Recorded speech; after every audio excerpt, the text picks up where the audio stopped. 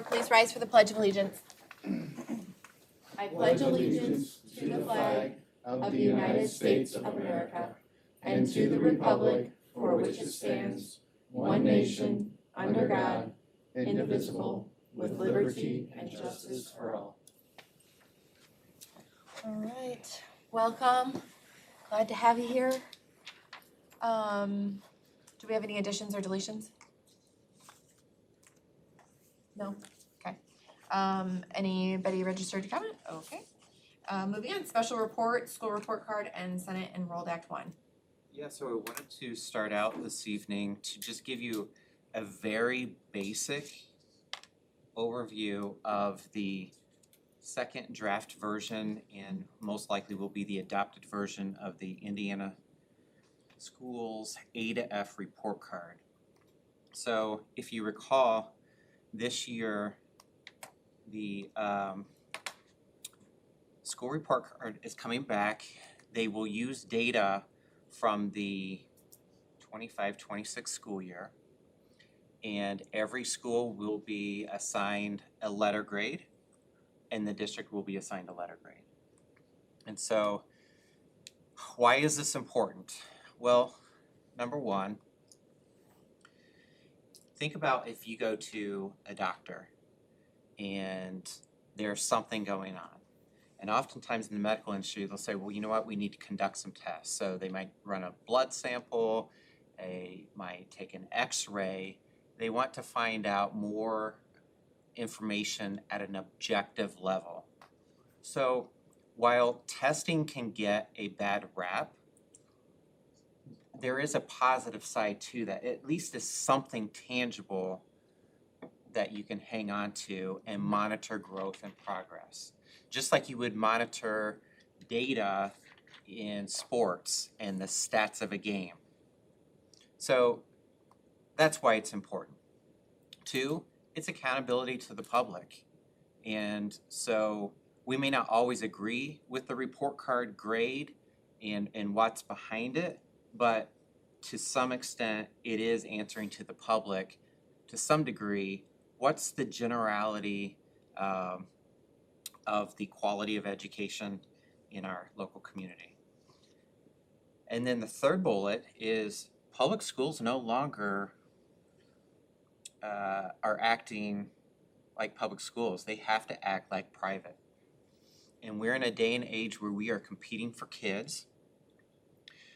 We are now in a day and age where we compete for athletes.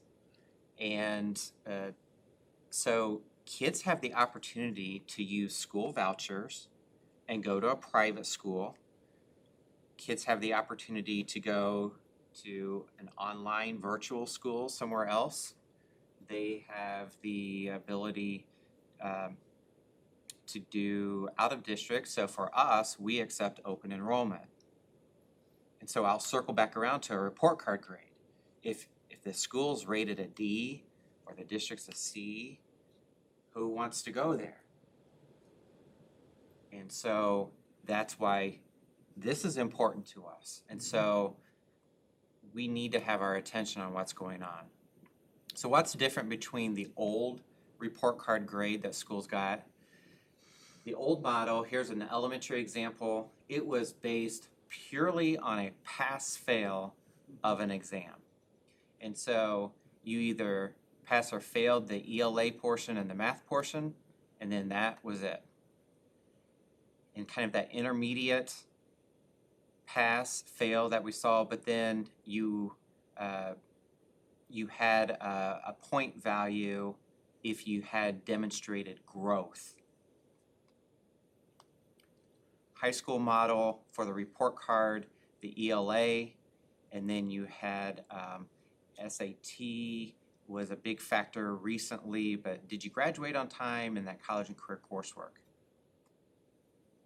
It is encouraging to know that schools are no longer being graded on the overall percentage of students passing a test, but instead each student who is enrolled at least for our, in our situation, it's about 162 days out of the school year.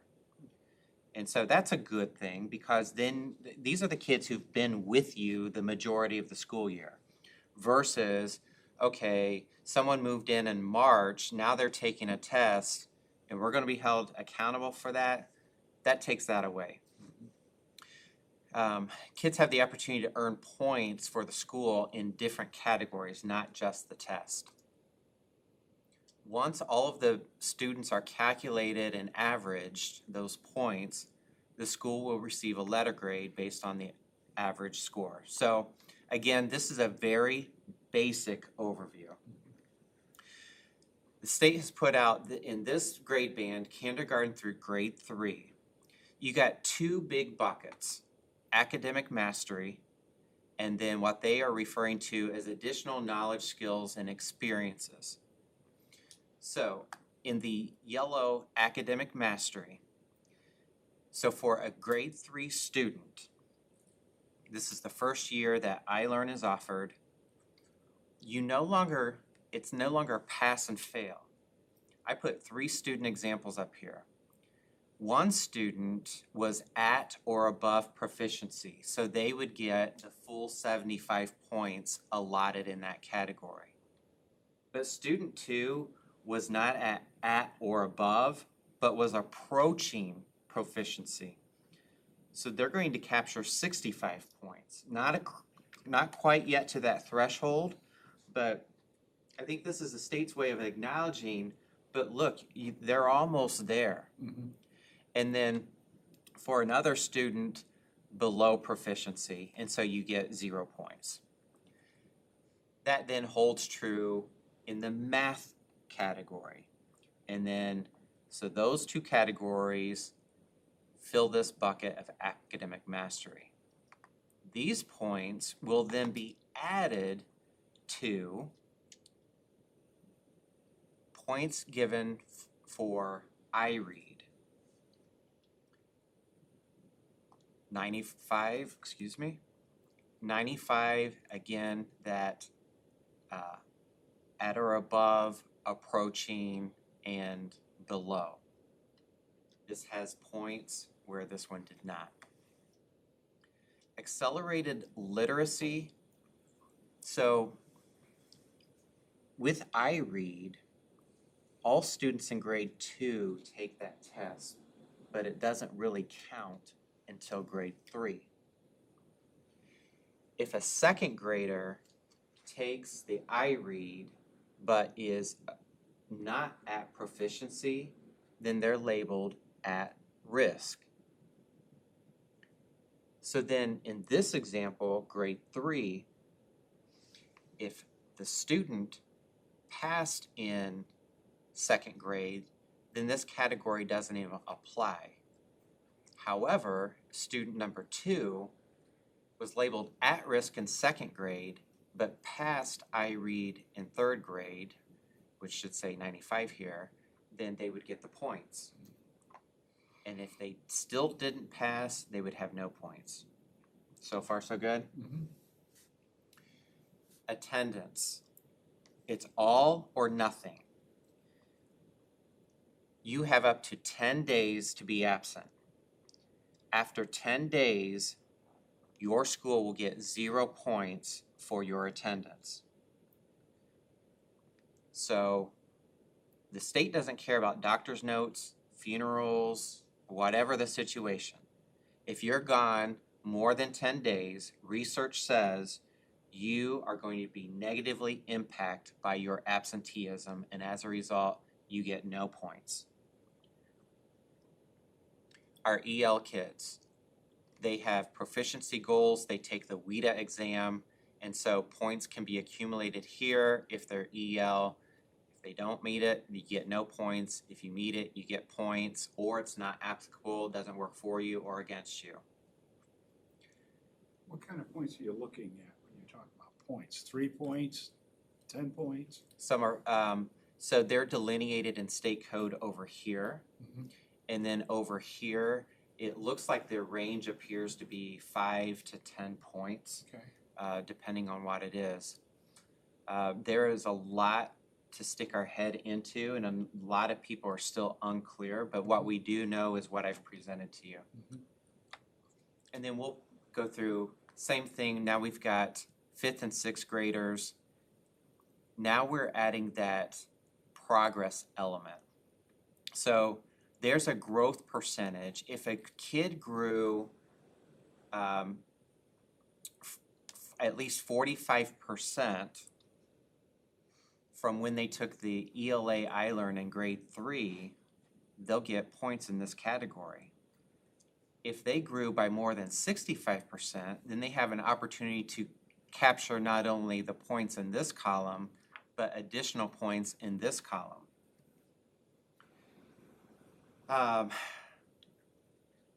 And so, well, excuse me, that was ELA math. That was, this is the accelerated academic. Attendance is the same. This is for the kids who did not pass iRead in grade 3 or grade 4, but let's say they take it again as a fifth grader and they pass, they can get more points. I think you're starting to see the theme of it's never just a pass or fail, but there's always an opportunity to demonstrate improvement, and there's a reward for that, so to speak.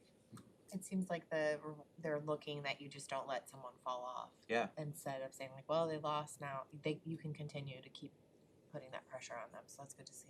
Do we have the resources to provide the assistance for kids that have not made proficiency and are moving in that area where they can get some extra credit? While we could always use more, right now the answer is yes. Okay. But wait until the second part of this presentation. Yeah, I was gonna say that's the next one on the The list. shoe stuff. Fourth graders will take a science, fifth graders will take a social studies, and so they can get points in this, and then the EL is there. And then we'll just kind of go through seventh and eighth graders. What's different on this one is high school level coursework. So we offer Algebra 1 to our eighth graders. If you earn 2 credits of high school coursework, then you get additional points for your school. And they have that. Are you in it? What's the other high school class you guys take? Computer science. Computer That's science. 1 credit. Yeah. And And then- then But they have the elective one too. I'm Yeah. not sure if that's something they opt into for the credit, or if it will automatically be. That's something I still need that final answer on. But So they have the technically could have 4 if they're in Algebra 1. Yeah. Correct. So all students would have that opportunity, and if they're in Algebra 1, they would have more than the Yes. opportunity. Yes. And then EL is the same. Okay, you get to high school. The focus really then becomes on when you start calculating the majority of the points. You can get points as if you were like a ninth grader and take the biologies. Maybe you don't take biology in ninth grade, but it's 10th grade or 11th grade or 12th grade. At whatever point that you take biology, and if you pass the end of course assessment, you will get points. There will be points assigned to the PSAT benchmark for 10th graders. For academic mastery, this is about high school credits. Research says if you don't have, let's just say it's 9-10 credits by the time you finish ninth grade, then the likelihood of you graduating is slim to none. And so that becomes the academic mastery. If you have credits that you earned in eighth grade, in middle school, summer school between middle school and high school, your credits during ninth grade year, and let's say you even took summer school after your ninth grade year before you start grade 10, you get if you have 14 credits you're above, so you get X number of points. If you're at, you get a lesser amount of points. If you're approaching, you get fewer points. If you don't get all of those points, but you get back on track as a 10th grader, then you are going to, if you do credit recovery, you can earn some extra points there. Attendance is the same. IAM is the test given to our severely disabled cognitive students, and we have a category for CTE in college and career, and because Brenna's in the house, she is going to absolutely love getting ready to track all of this. Yes. I'm Spoiler alert. very excited. And then when you get into grades 11 and 12, it's no longer all about the SAT, although it is a factor. The spreadsheets look the same. It now becomes the type of diploma you get plus 3 categories in this menu of items. So all those spreadsheets are developed points for every kid. Each kid's scores are averaged, then it's grouped as a school, and it's your typical 90, 80, 70, 60 scale, and boom, you've got a letter grade. And I will assure you that is the shortest presentation that you will probably ever hear on the school report card. All right, second part. Go When ahead. does that go into effect? Like, when will we get our first grade?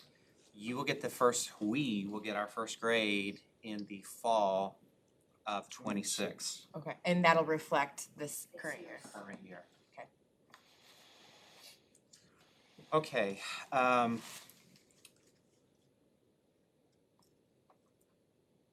so I think before we get into this, Dana, I don't know if do you happen to have a graph of the waterfall chart?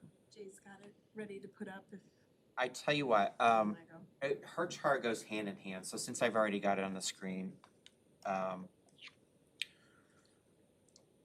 refer to this slide as sounding the alarm.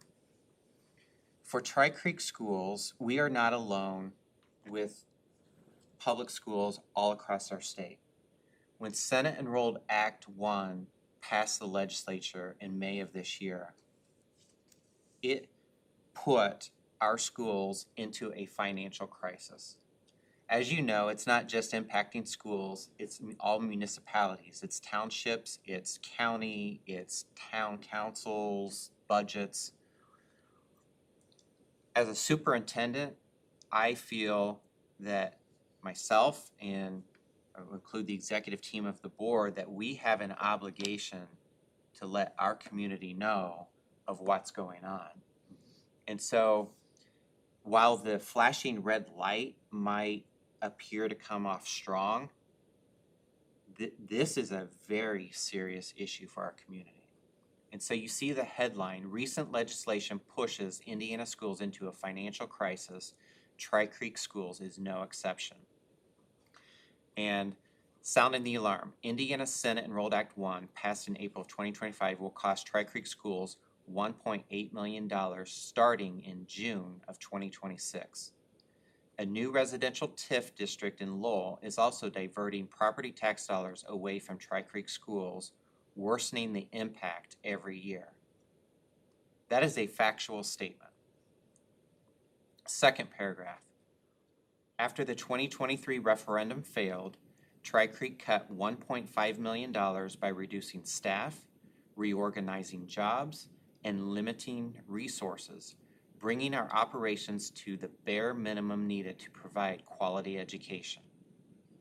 Public school funding is now split with charter and private schools, stretching resources even thinner.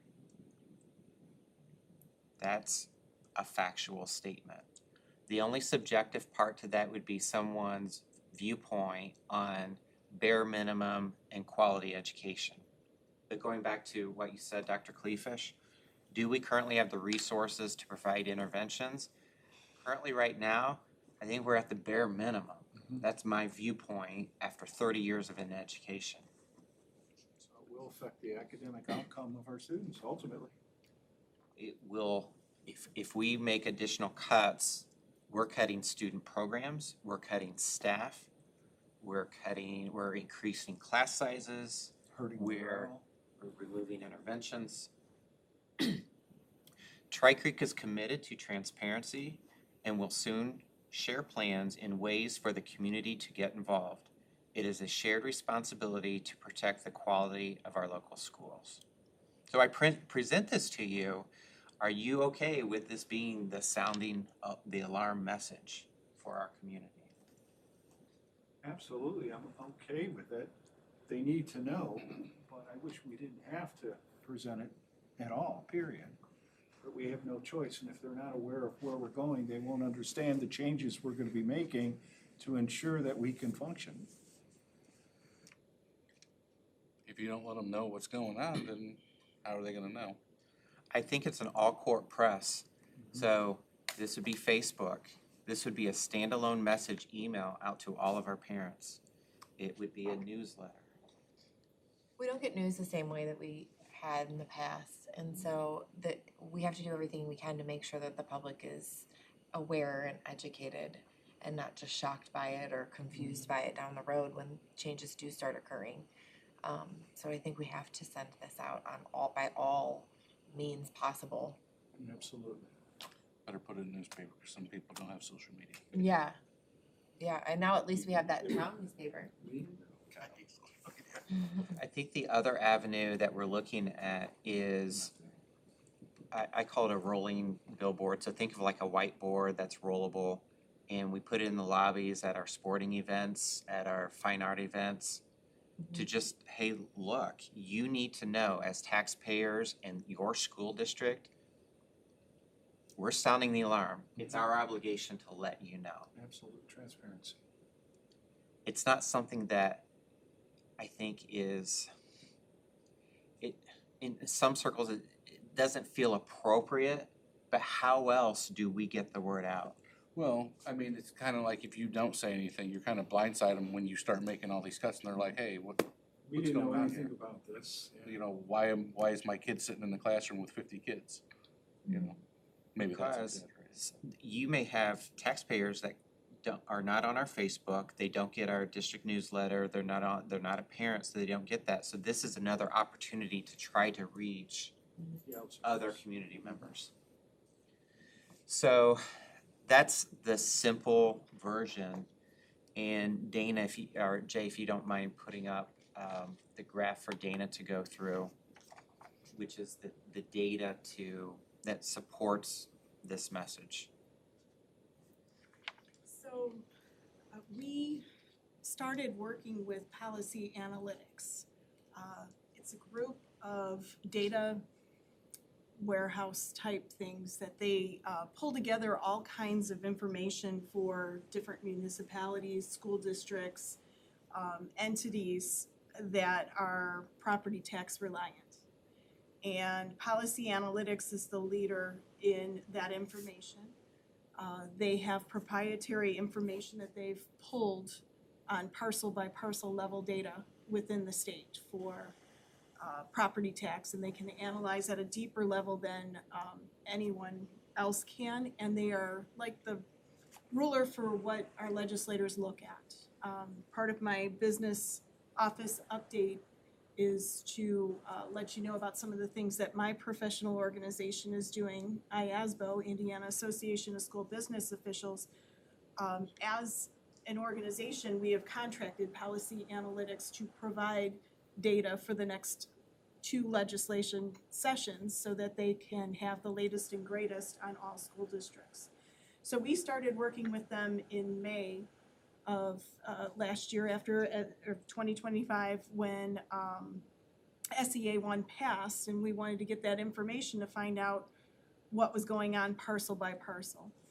We've been working on cash flows, and what you see on screen here is our cash flow projections based on SEA 1, Senate Enrolled Act 1, and the effects on our revenues coming in. So what you have on screen here is education and operations and rainy day funds cash balance at the end of every calendar year there. So these projections include a modest student enrollment increase based on what we've seen in recent years, a 2% increase in overall funding from the state increase year over year. On the expenditure side, it includes anywhere from 3 to 5% increases, which is pretty modest for insurance, utilities, health insurance, fuel, those types of things. So it's pretty modest when you're thinking 3 to 5, when we've had some larger jumps in the double digits. And let me think, and it's got current staffing levels in there. So it's not really accounting for much growth in our staffing. It's pretty much status quo but adding some inflation on top of it and a slight increase in revenues. And you can see that we're projected to have a combined ending cash balance at the end of this month of about 8.7 million. You'll see next year dip a little bit, about 100,000, and then you see the slide. We call this a waterfall graph here because it's just literally you can see it sliding off. By the time we actually get to 2031, there are concerns about payroll at that point because we're going into negative cash balance. So we are eating into our reserves that we have with the effects of Senate Enrolled Act 1, and that is lesser property tax coming in. This graph itself is under current Senate Enrolled Act 1. And I say that because the circuit breaker, the property tax cap that is currently in place is hitting the operations fund and the debt service fund. So a portion is going to debt service. And we're not including debt service on this graph, it's only operations. It is said that in the next legislative session, this short session here, that they're going to protect debt service because many school districts across the state don't have the reserves in their debt service. And if we're sharing that property tax cap between operations and debt service, many school districts will not be able to pay their obligations that they have for their debt service, their mortgages and such. So it's anticipated that they're going to protect debt service and the full effect will hit operations fund, which means the $900,000 that we have currently in our 26 budget that is hitting debt service will jump into operations, and the full 1.8 million in circuit breaker will actually hit what you see on screen, and it'll accelerate. It's gonna be a much deeper slide. It's gonna be a much deeper slant, and it'll hit sooner, yes. It's a grim picture. It's not one that I would ever want to see in any of my charts. What I can say is that Tri Creek is no different than 99.9% of the school districts, public schools in the state. I believe there are only 3 school districts that are not having this type of effect. They're flatlined, and that's because they're extreme growth districts that offset the property tax negative. And if they were to drop off in students or not have that growth, they would have a similar chart like this. The numbers might be different, but you can pretty much put any school district up there and it'll have the same look like that across every client that Policy Analytics is working with, which is about 140 different school districts. So board, you might be looking at your leaders that you've hired. So how are you gonna navigate us through this? And that's a legitimate question. So I have learned that when you are faced with decision-making, especially very difficult ones, option A, option B, option C. So if beginning as soon as we get back from, well, actually prior to, but in January to formally start the process of analyzing all of our expenditures. And it really gets into starting to categorize what is absolute minimum to survive, and then just put a hierarchy on all of those expenditures. Part of the other options are option B, not focusing on just expenditure reduction, but you do, as a school board, have the opportunity to pass a resolution to ask our community for funding to basically save our school district and maintain status quo. That's referred to as a referendum. For the 350 employees that work here, for the sake of our nearly 3,300 students, I think that we owe it to our community to at least ask. And so would like to start engaging our community in that thought process of sounding the alarm. Here's the problem. Here are the options, A, B, if a referendum were to pass, this is how it keeps us afloat.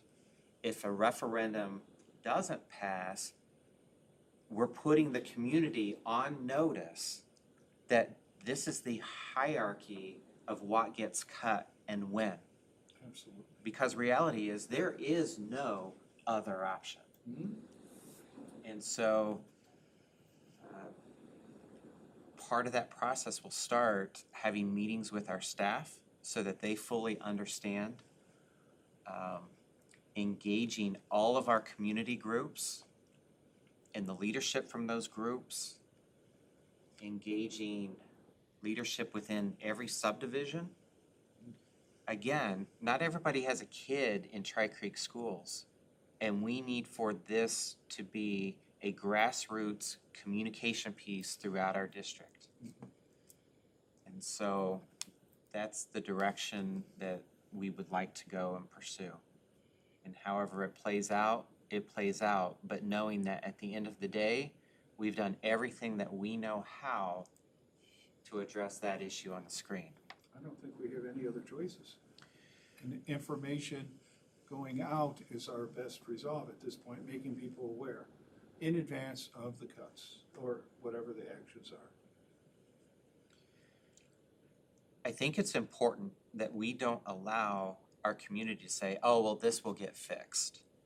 It might get fixed. I think that should be a good battle cry for taxpayers throughout our state for it to get fixed. But understand bureaucracy, this happened overnight, but the fix may not happen overnight. And so we cannot depend on the legislature.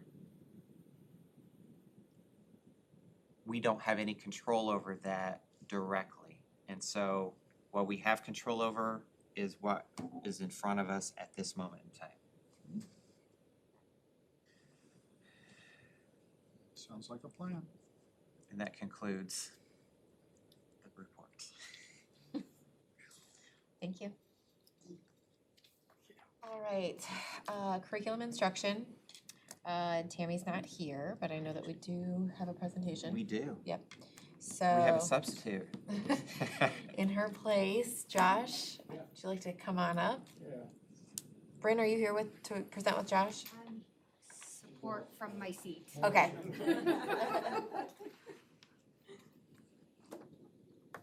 So Josh is going to speak to us on the RDP Virtual Academy.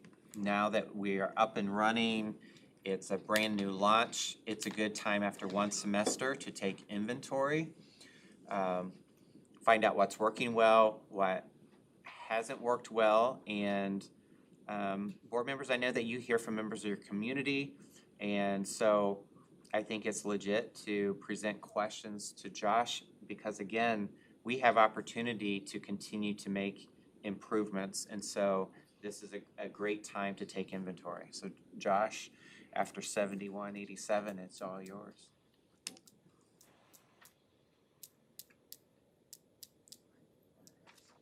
Is this your first presentation to the board? I believe so. Welcome. Yeah, how about that? More friendly.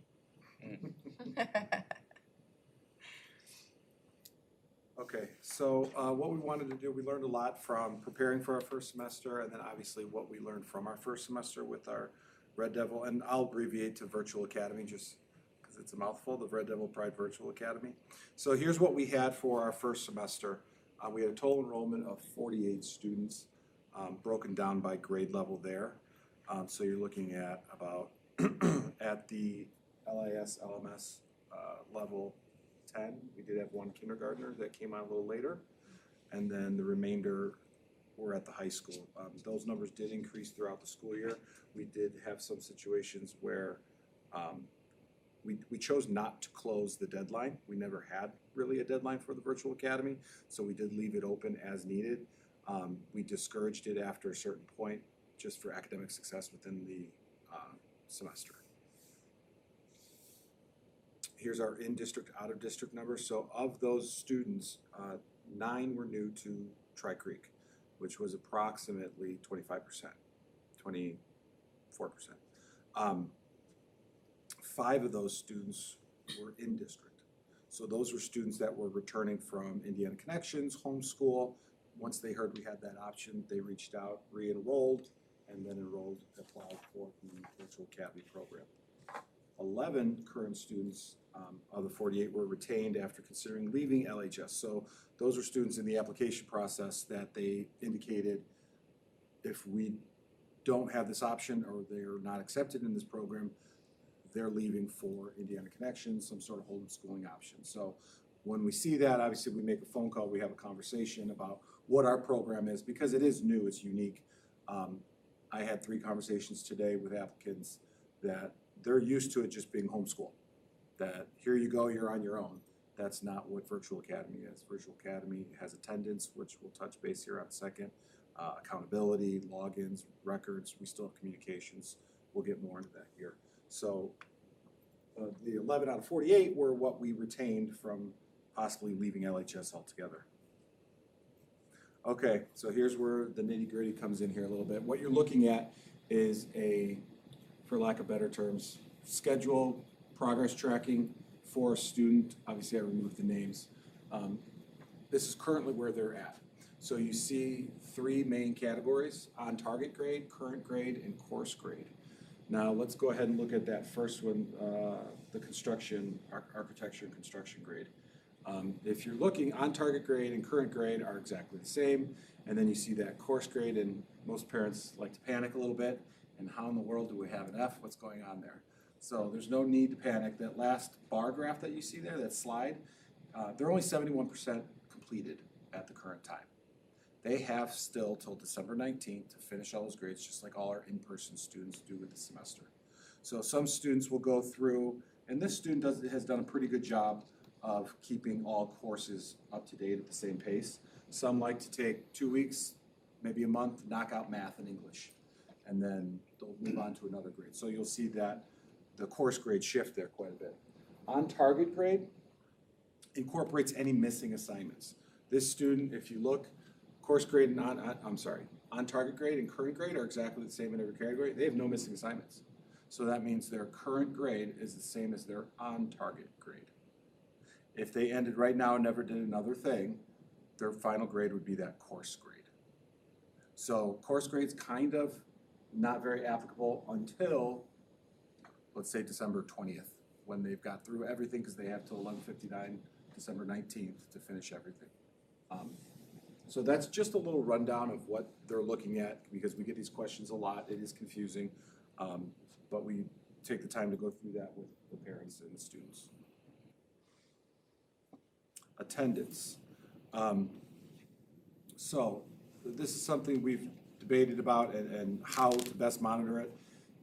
After showing you logins, activity minutes, the slide tracker, the on-target grade, the progress grade, when we're talking about attendance, we chose to purely look at what attendance is, and that is being present in that class. Just like if they're here or not, what they're getting done is their course grade, being here is attendance. And so what we're looking at is the DOE gave us the guidance that is determined at a local district level for how we record that, and so we chose to record it on a weekly basis. So students are marked as virtually present for the week. By the end of the week, attendance officers check student logins via Edmentum, so that's the program we use. If a student has recorded logins for that week, they maintain their virtually present status, meaning they're here, essentially.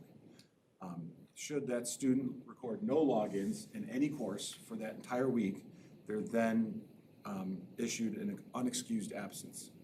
Now, I have had some cases where I make phone calls and, Johnny's was in the hospital all week. I said, I'm so sorry to hear that. We handle attendance exactly the same. Submit a doctor's note like we would if you were in person. We record that doctor's note. It then goes in as an excused absence that we then issue. The absences don't disappear because they are still held accountable for being present, even though it's in a virtual setting.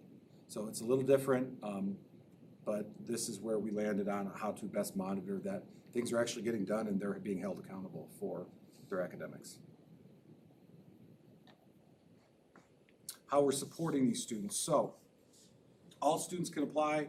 We'll get into the application process here in a little bit, but currently, out of that 48, 8 students with IEPs are enrolled in our virtual academy. They're assigned a teacher of record that is in person, that's on our staff here at LMS or LHS. And they continue to do support and check-in just as if those students were in person.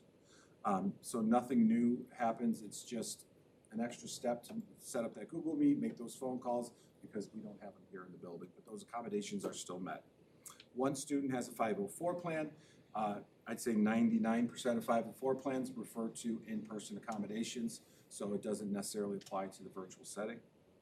All students have the ability to school counselors for scheduling issues, concerns, and social emotional support. That would be Ms. Stoy. And students are due to report in person for state testing and any required health testing, such as the auditory hearing test. We learned a lot. So from this first go-around, our review committee, so we started conferencing more with students based on their replies for what we see in the application process. We weigh heavily on not only the application that they submit, but then the academic records, their attendance records, their behavioral, medical, in district, out of district.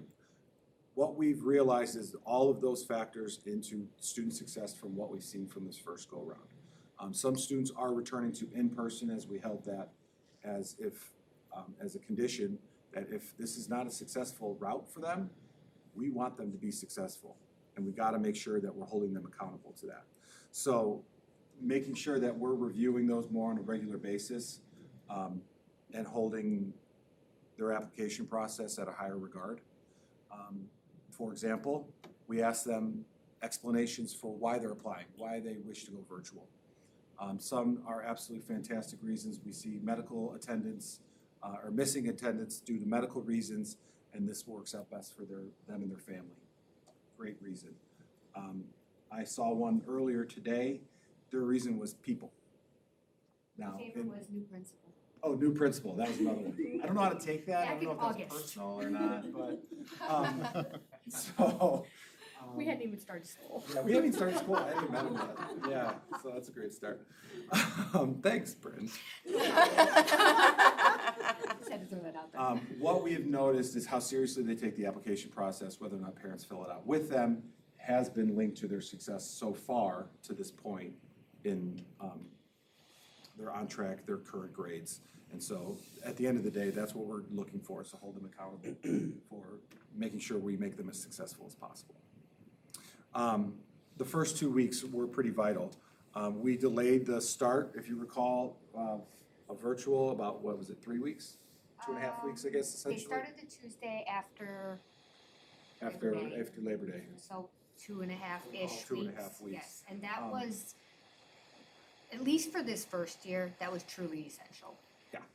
Yeah, it gives us time to take care of everything in person, get schedule changes, and then really hone in and focus on those virtual kiddos, getting them scheduled, getting them set up.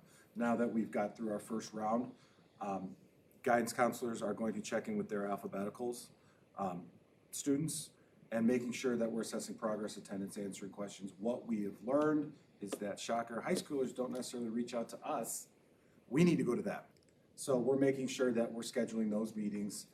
I'll get into, I have it right here, I already added it. So we're touching base within those first 2 weeks. And then within the end of the quarter, right around the end of the quarter before spring break, we are making contact again, scheduling Google Meet with the families, with the students, answering questions, reviewing where they're at in their progress, their attendance,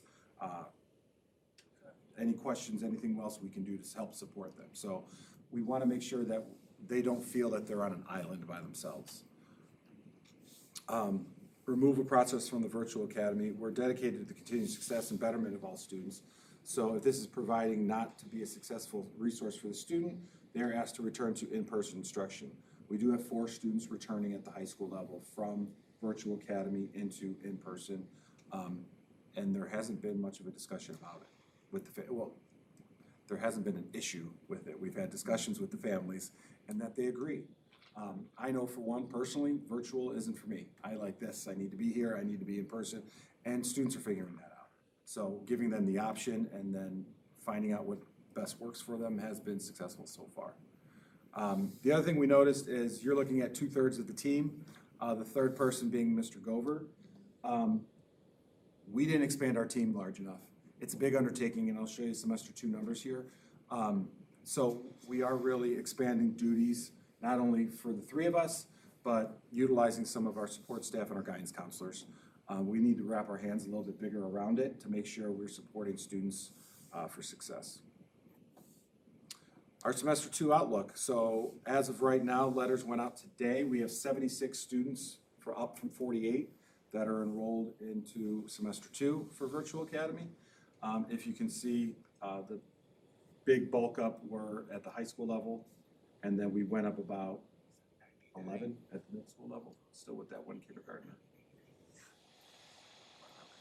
Yeah, 99 is the max, yeah. Yes. So that's another, thank you. We do have to consider, as students do maintain their status unless we have that discussion about moving back into person. So that leaves us with the 23 left, remaining spots.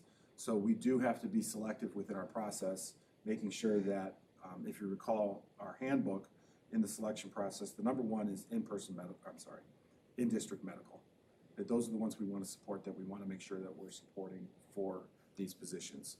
And then there's kind of a tiered system down from there. So looking at only 23 left, at this rate already, we could be maxing out by, fall of 26. Clarifying question. Sure. The 99 students, does that also include our alternative to expulsion? No, it does not. So those are on top of, Yes, 99 is just Virtual Academy. okay. Alt-X and Alt-Program are incorporated into that.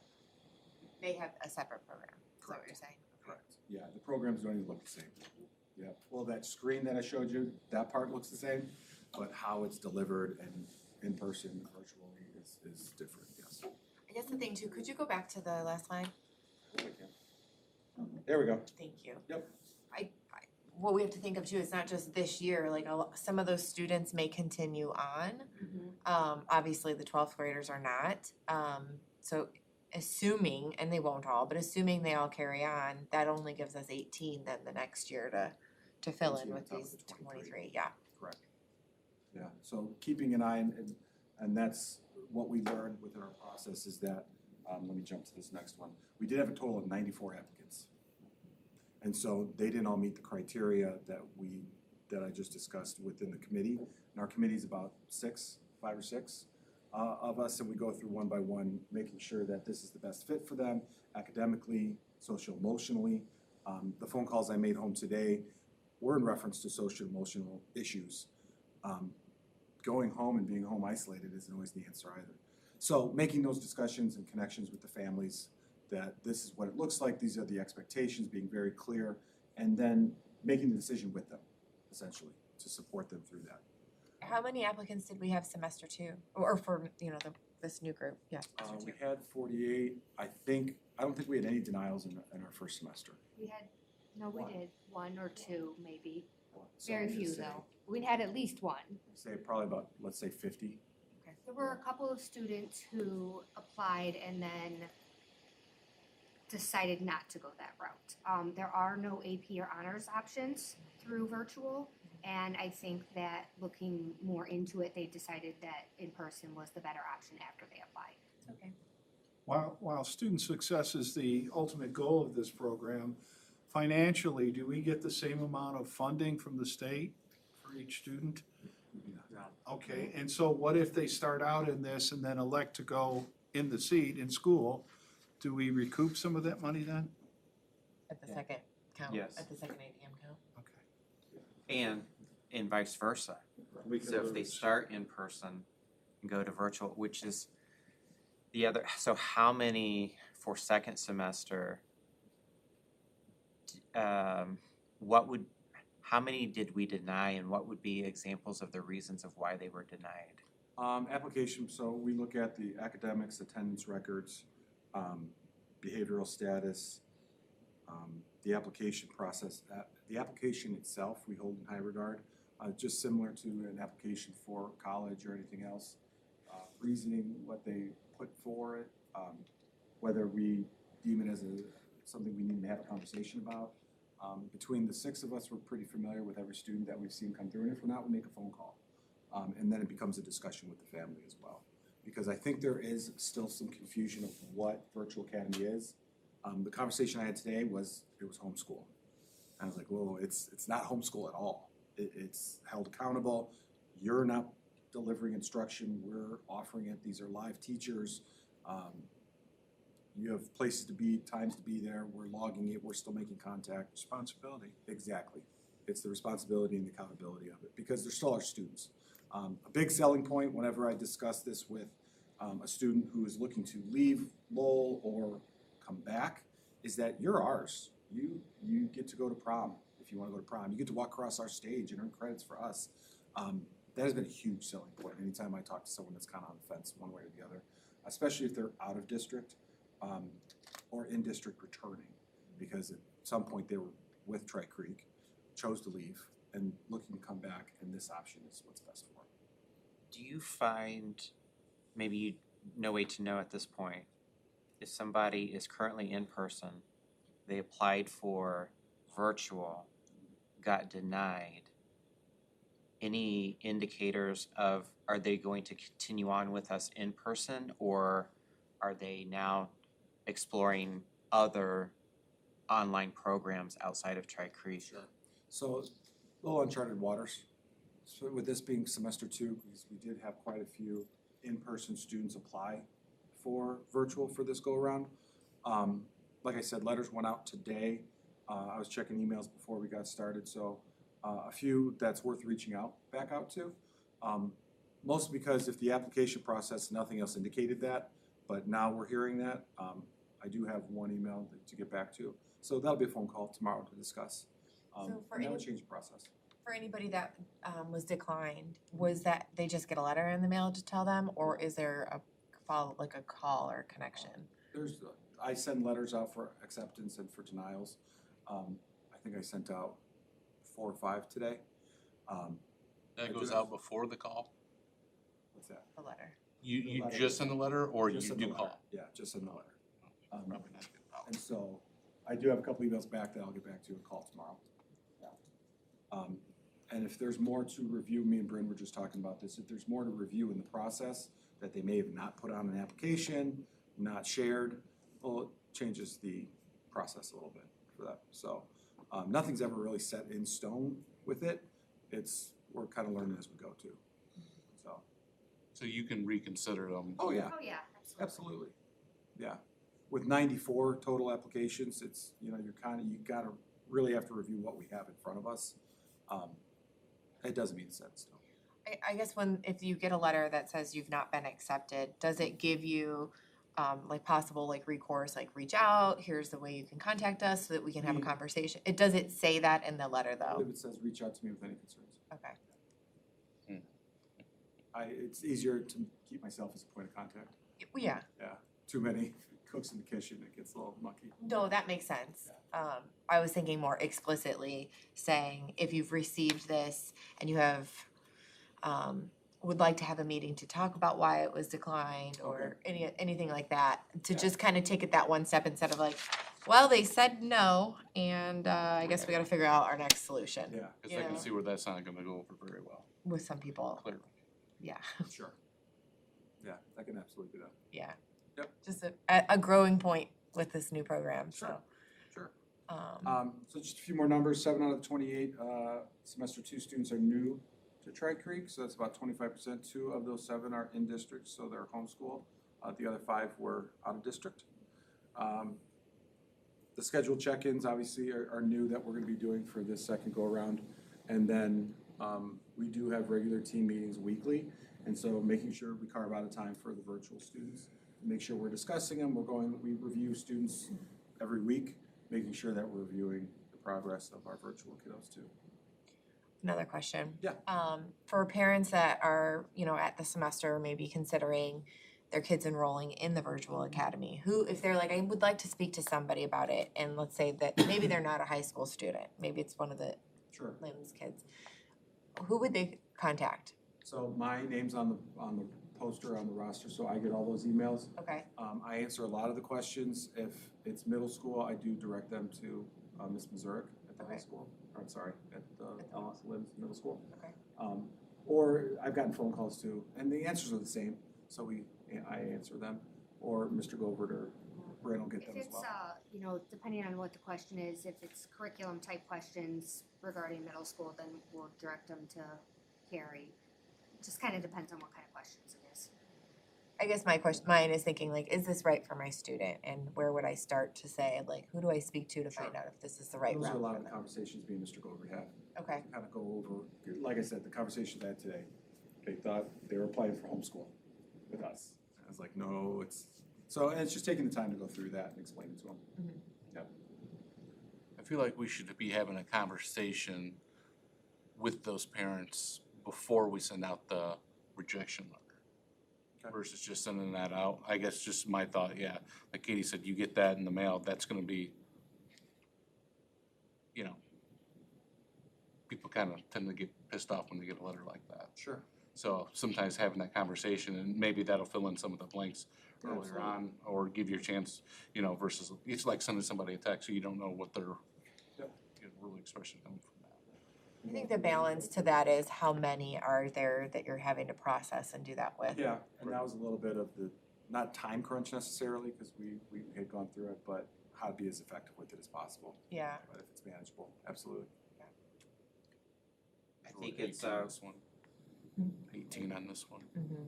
important to acknowledge, number one, this virtual academy has kept our head above water from a financial perspective when we talk about student enrollment. And I know it has been a lot of work to take the applications, to review them, to educate how to navigate Edmentum. I think of Dan Govert, who is new to the assistant principalship, replacing, you know, an AP position that was vacated or transferred. And when we talk about budget cuts, we didn't go down an administrator, but we had an existing administrative position that now is not only a part of this virtual academy, but it also is help coordinating all of our school safety. And so this is an example of how our school employees are taking on more work amid the budget issues. Yeah, this is a completely then- additional job that is helping our budget, but it's an additional job that's being absorbed. Because we didn't create a position to oversee this.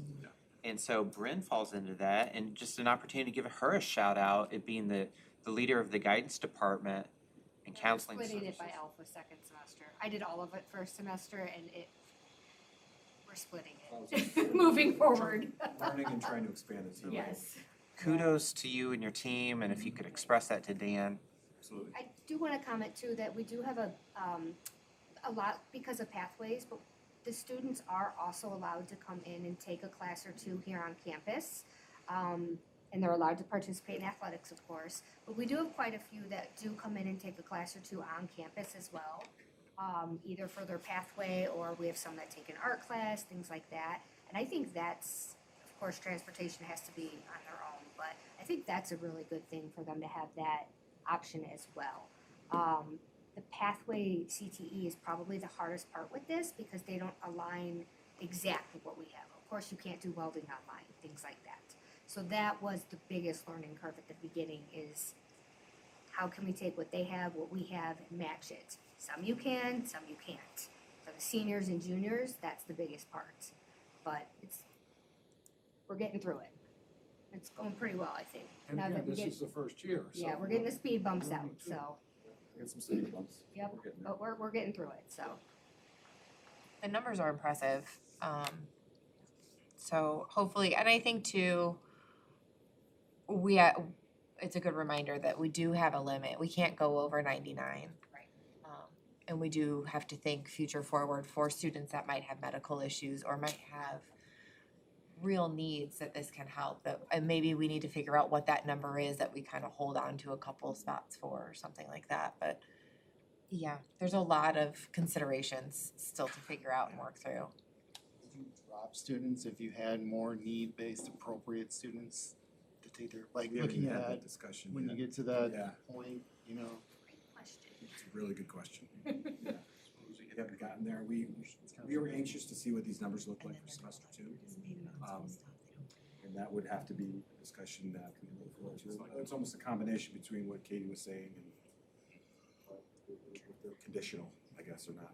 You think the growth is more than what you expected? For semester two, yeah. That's pretty significant. Yeah. I didn't see it exploding that quickly.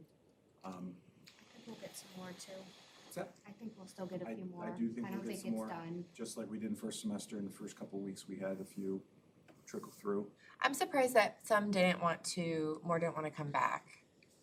Like you get that break and then you realize like this is lonely Yeah, or I'm ready to go back, you know. yeah. Did these students have to take the same testing relating to our grade as the Yes. in-person? Yep, they still come in person for those Do you tests. see them having like a similar success rate? Or maybe it's because they're in the virtual, maybe they're already maybe a little Yeah. disadvantaged or have Yeah. problems. Once we start collecting some more data, and we'll definitely be able to present that and get a clearer picture on what it looks like. For sure.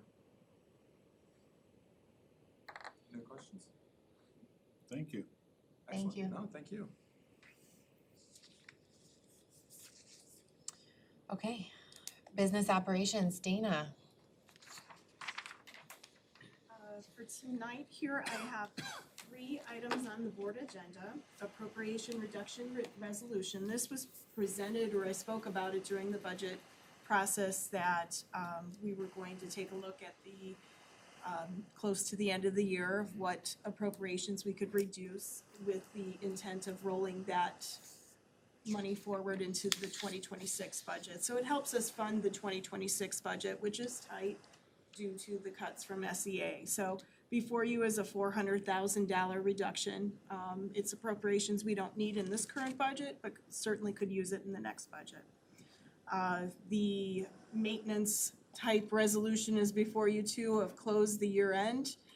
This resolution grants the permission to the business office to close out the year end without having an additional board meeting, but with the promise of bringing those items to you in January. And then the last one is the transfer amount from education to operations fund for the 2025 school year, this current school year. So during the 26 budget process, I spoke about this, that due to the higher amounts of circuit breaker that hit our 2025, that we need a little more of a transfer from education to operations. Originally, we asked for $2 million total for the school year to be transferred, and I'm asking for another $100,000 from education to be transferred to operations. The final items that I wanted to report out on, I attended down in Indy last week, the IASBO Board of Directors meeting, and it was like our organization meeting where we approved budget for the year and approved conference stuff and set fees and everything, but the most important action of business is actually passing our legislative resolutions for the upcoming session. And I will say many of them had a theme. They were all centered around this SEA 1, Senate Enrolled Act 1, and about how it significantly reduces the school court revenues here and with no replacement funding at any time. So a lot of our resolutions are focused on that, and I've listed a few of them, but I've highlighted the ones that are specific here to SEA 1. So they're asking to reinstate the local income tax share for schools to help replace some of the SEA 1 losses. When did we last have that? We don't here in Lake County. Okay. That is one thing they don't share. So those are the schools that are across the state that do, but we could if they want to enact that and do a share. But we don't currently have that. Do Yeah, for most schools. of the schools have that? Most of I think it's only St.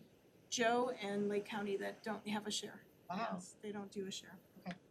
MLGQ, maximum levy growth quotient, you hear that from me during budget process. That's the amount that we can raise our operations budget each year. It used to be a calculation that was an average of a 6-year and it had other factors in there. They switched over in 2023 to just a straight cap of 4%. So school districts that were growing like us had the ability to reap more money based on the average assessed value that we had over the last 6 years. So IASBO is asking to reinstate that prior calculation that would benefit growing school districts that have growing AV. Referendum question is another SEA one that they're looking at. Of course, we're looking to amend and allow additional transparency regarding the taxpayer fiscal impact and just clarification on that confusing referendum question. We also, another thing we're looking for is to eliminate the statute that limits the transfers from education to ops. This one speaks volumes here. We've been holding to that 15% rule that you can't transfer more than 15% of your total state tuition from education to operations. IASBO is demanding that they remove that 15% limitation because schools will not be able to hold to that with the losses that they're getting across the state in this, with that waterfall report that we've got there. So we need more flexibility in transferring from one fund to the other. And then the final item here that pertains to SEA 1 is that they recommend a review of the tax increment financing TIF statute to assure that the original purposes of the concept are being met and sunset any provisions for new TIFs going forward. Have a sunset on them. Those are the major ones there. There are other items that we have passed there about vouchers and reporting that voucher schools that any of the privates get from that, and so that they have to do the same thing that public schools do. Various items surrounding the 65% rule, the funding floor, and tag grants that we're asking for some leeways. And then to, of course, not lower the debt rate any more than what they did. They went from 80 cents to 70 cents. So there were quite a few things in there, but the majority of them are all Senate Enrolled Act concerns. Yeah, those are important ones. So, and that concludes. Thank you. All right, technology report, Jay? Good evening. Just a quick update for you. I've shared with the board previously our struggles this year with our new iPad cases that impacts our students in grades 2 and then 5 through 11. We have been in regular contact with the manufacturer. They've been working through all of the problems that we've brought up. And I'm happy to report that they have resolved those issues. They've been manufacturing those cases, and we are expecting those to come in next week. They are shipping us approximately 2,300 cases. We will be getting those ready over break.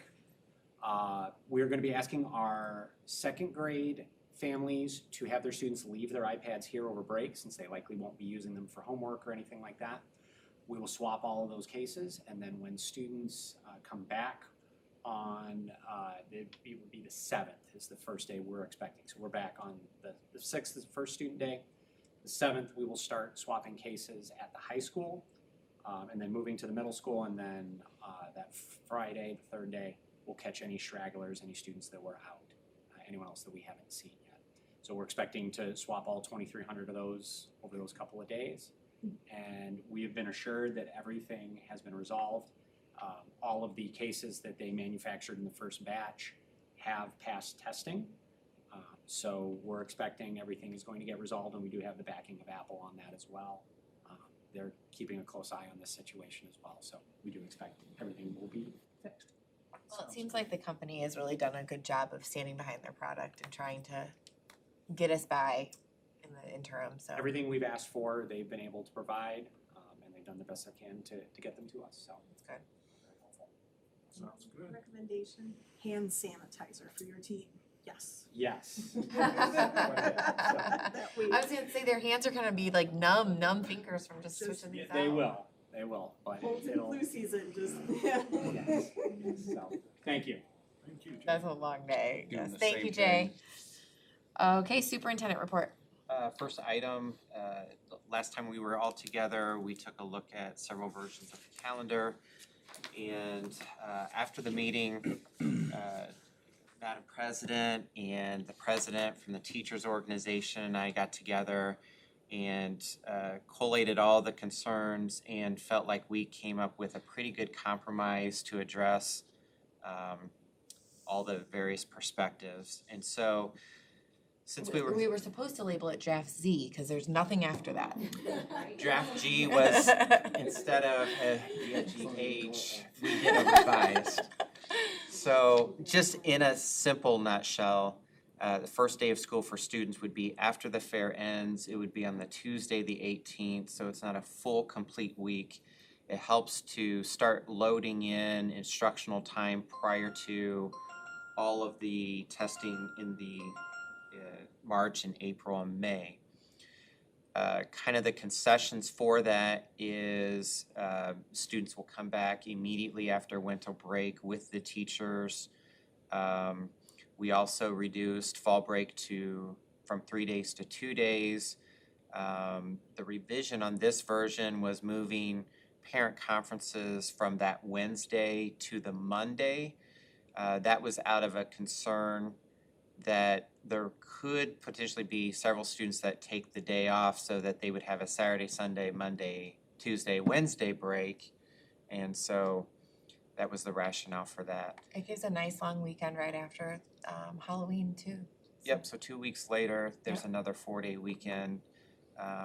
Obviously, election day is important, and so this will definitely help provide our community and our families the opportunity to get out and vote if they so are inclined, and wraps up the last student day before the Memorial Day weekend, so that we can get on with summer school and graduation and the remediation programs. And so We checked all the boxes.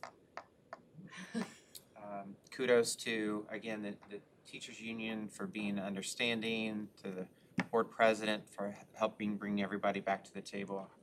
So, any questions? It is an action item later on the agenda. I Okay, don't really appreciate all the hard work you guys put into that. you do not? I know you guys. It doesn't affect me, but I still appreciate you guys' hard work. How many school districts had H7 versions of a school calendar? I think this is a great calendar, and I'm glad that we all came together to figure out a plan forward. And there's some things I like better about this anyway, so. So the next part of the superintendent's report is in regards to facility usage.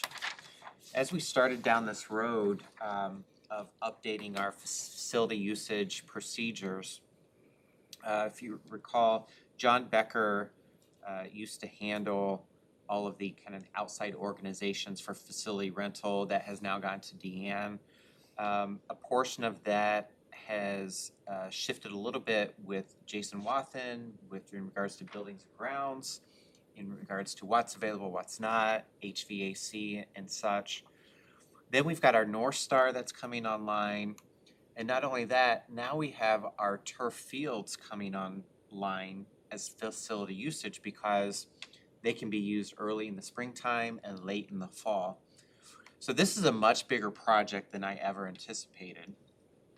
But I did ask Mr. Kilmer to come tonight because he has the bulk, or athletics department has the bulk of reviewing these facility usages. And so, Mr. Kilmer, if I could get you to come up to the podium and walk us through the process. And the purpose of your presentation is if there are any concerns or items that we need to address as we overhaul our procedures, this is a great place to start our list. Beginning to think I was getting punked there for a while. No, you just are lower on the list. I got you. Got me? So Yeah. when you see me do this, you do that, or do you want me to take over? Just give me the finger.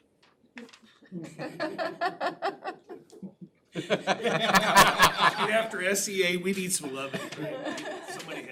We need to smile a little bit. The calendar's great, by the way. I thought this year's calendar was pretty good. I like that calendar.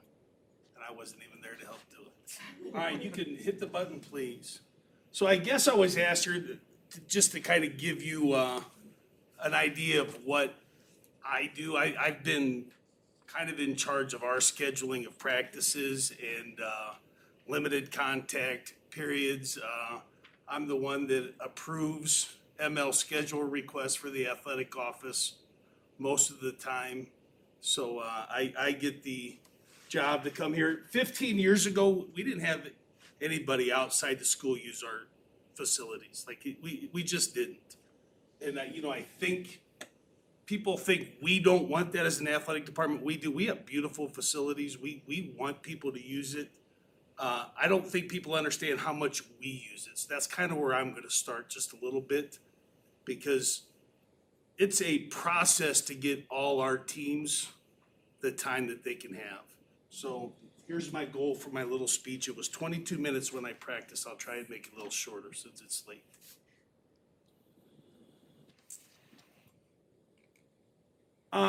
The first thing, when I schedule, and I handed this out, and you guys can look at this, this is what I give our coaches at the beginning of the year for their system on, and so they know how I'm gonna schedule. But I list things in 5 priorities. Our first priority is all our in-season teams. Second priority is our out-of-season teams. Third priority is any time the middle school might have to come over. I mean, that's been very seldom over the years, but I always make sure that they're above our outside groups.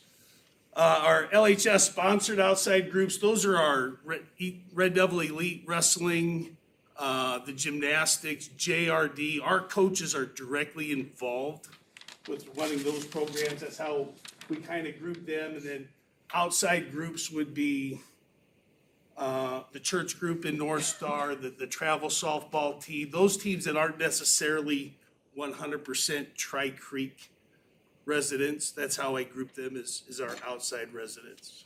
So it's those 5. So I'm using this winter season as my example of what I deal with and how this works. We have 8 in-season teams right now. I have 17 programs that just started Monday, their limited contact period. That's 2 hours a week, 2 times a week. 13 of those 25 use the 3 courts in the field house and the main gym. And that does include our winter guard. So it's not just athletics. They have their competition and their big competition in February. So it's quite the daunting task to look at it. So we break things down. We've kind of fallen on 3 time slots, 3:30 to 5:30, 5:30 to 7:30, 7:30 to 9:30. Our in-season groups eat up the 3:30 to 5:30. Most of the time, obviously, boys and girls basketball kind of have to split the main gym, and some of them go 5:30 to 7:30. Sometimes they'll use the field house as well. I mean, you gotta understand, we're adding events in here too. You usually have at least 1 basketball game. You have a wrestling meet, you have a basketball game on Friday, so that eats into our time. And to be honest, nobody wants to go on Fridays, right? Like, when you ask the coaches, when do you want to go? Nobody says, I'll take the Friday 5:30 slot. As far as our limited contact people, that's our out-of-season people. So I basically have 8 time slots in the field house, 4 in the main gym, and that's without any events. And I have 8 groups that use those spots. So to get everybody in their spot is fun, to say the least. So notice on the last line, 8 groups asking for 16 slots. For 60, so if 8 groups have 2 by 2, that's 16 times that they are asking for 2 hours in the gym in a 4-day window. Now, some groups, baseball, they win all 3. Okay, they've got 60 kids and the batting cage on one end and batting. Winter guard wants just 1 court. So I can pair them up with a softball. Oftentimes will just take 1 court. So I can pair those guys up. So if it weren't for our coaches being flexible with one another, we'd never make it work. And I was gonna make a joke, can we get another field house or turn the pool, but after what we talked about, we're not gonna do that. So that's, if it's not for our coaches working for one another, with one another, it just wouldn't happen. And truthfully, it's worked. Like nobody has complained we've made it work. But now that we're starting to see it more outside, now that's where some of our I wouldn't say troubles isn't the word, but now we're starting to see a few more wrinkles in the system. And for our community members who want to use it, we have 3 limited contact periods. So we just started now, so December 8th through February 14th, right? So from the end of September to December 8th, we didn't have that limited contact period. So that's a great time for our outside groups to be asking to use our facilities because I only have our in-season teams that I have to worry about. After from February 14th to the end of school, or no, until about, I think it's April 5th is when the next limited contact. The only limited contact teams that I have to worry about are my spring sports, which is baseball and softball basically on the field. So that's a great opportunity for our outside groups to find some time. So if anybody's listening, we need to get, I guess, that information out there. Now is not a good time. Like we are booked. I've only got through the end of December done. And then I'm gonna go back and next week get January and February. Questions about that? Does that make sense of how? How often do you have to turn a group down to say there is no availability? In 2 years, maybe twice. I mean, truthfully, I think people know, a lot of times, I shouldn't say that on ML schedule saying no, maybe twice. Most people will call and say, hey, is it open? And I'll look and say, no, we're full.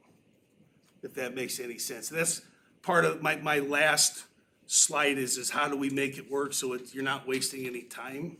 I have a question. Who are these people? Really, it's the dead of winter that we're talking about. That's the difficult time to get into that space. So who is trying to get in there in that time? Well, probably today we have wrestling elementary duels, right? Would have been great last week because I had nobody. He wanted to come in today, and I kept telling him like, listen, I got to schedule everybody else, and that's my next slide to kind of get into that example. Then I'll answer. Can I get into this one, Katie? So to make it work, I ask our coaches prior to our in-season teams to give me your schedule. So our basketball, our winter sports, I asked them to have their schedules to me by November 1st. So basketball was November 14th was their first day.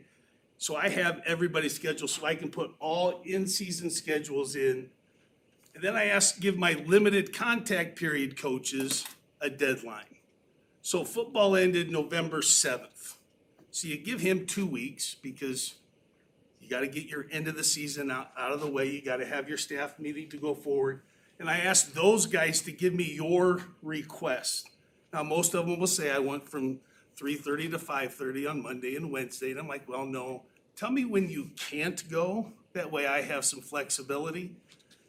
So I told them I needed those days by the 21st. So for my groups now, like I couldn't schedule until the elementary school duels people until the 21st. Like this is when I know if I can tell you yes or no.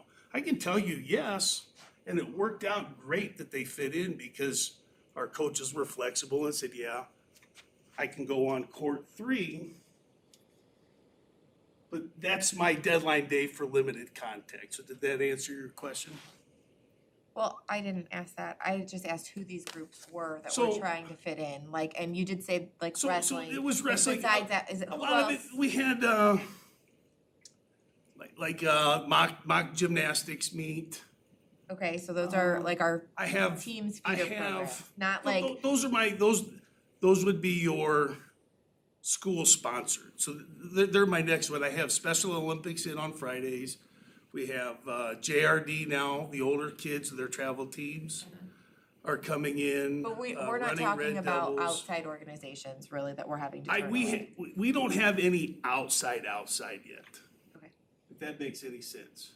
Yeah, So like the travel softball hasn't asked yet. that's what I'm, Like they were through outside through what, December 8th, and I finally kept seeing the lights on and I'm like, listen, are you guys done? And they felt like, oh yeah, we're done. yeah, So I went through The and, lights are still on. what's that? The lights are still on. they are, Today? For the last 3 nights they've been on. have been. Do you utilize the elementary school facilities So- or anything?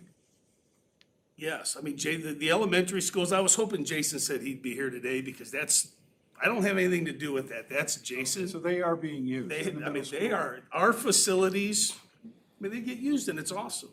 I mean, the middle school is jam-packed, and that's why now they're starting to come to us. We're starting to get the JRD, Running Red Devils are in here. We aren't quite yet, we haven't had the travel teams, the outside That's what I was users yet. wondering. But I guess it's important for you guys, for me to know, like, I'm gonna schedule our high school teams first, right? I've had some of our coaches upset because they couldn't get their JRD team in or their wrestling. I'm like, I'm going to treat our teams first and then move you in. Does that make sense? This is just kind of an example of what this week looks like. And I took out all the outside users. So we have groups here every night till 9:30. And then Thursday and Fridays, like those are your Fridays is your open time. Any questions about what I do for our teams? Next one, sir, please.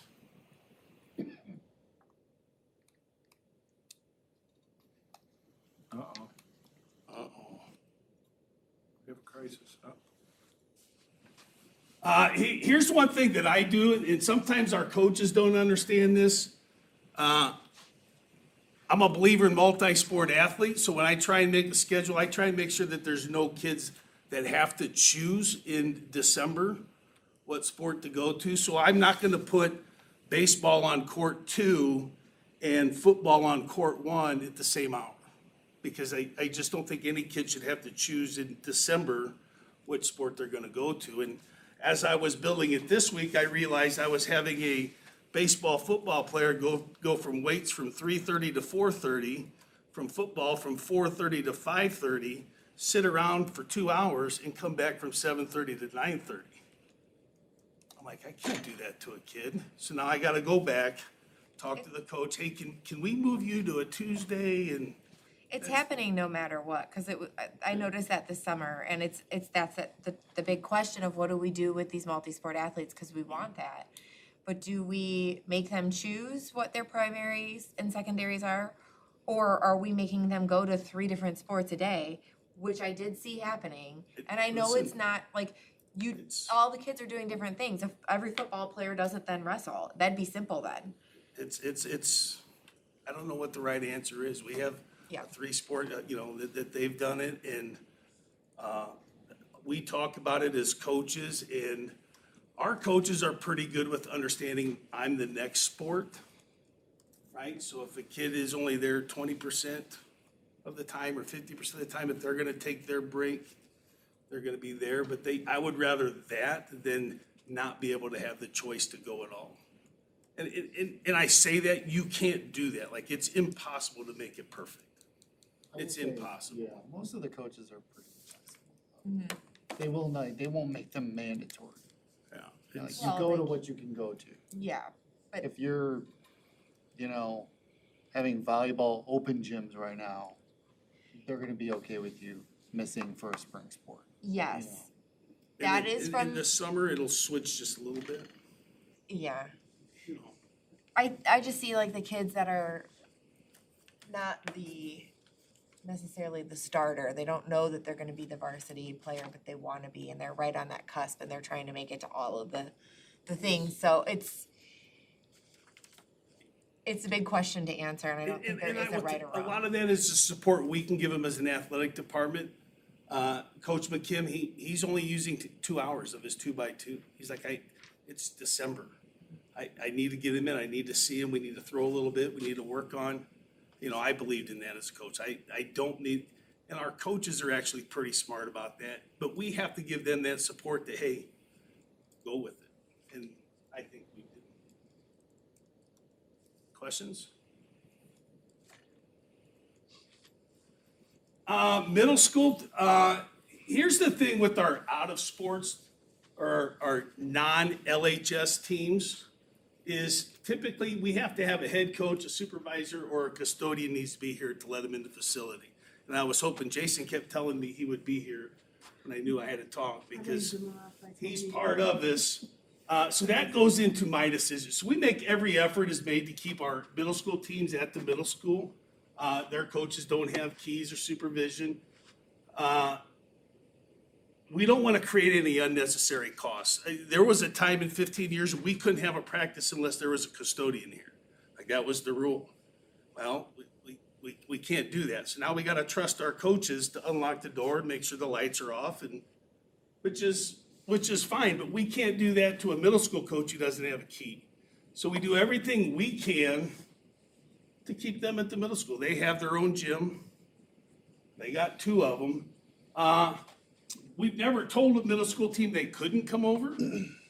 We just asked that the middle school coach contact their AD.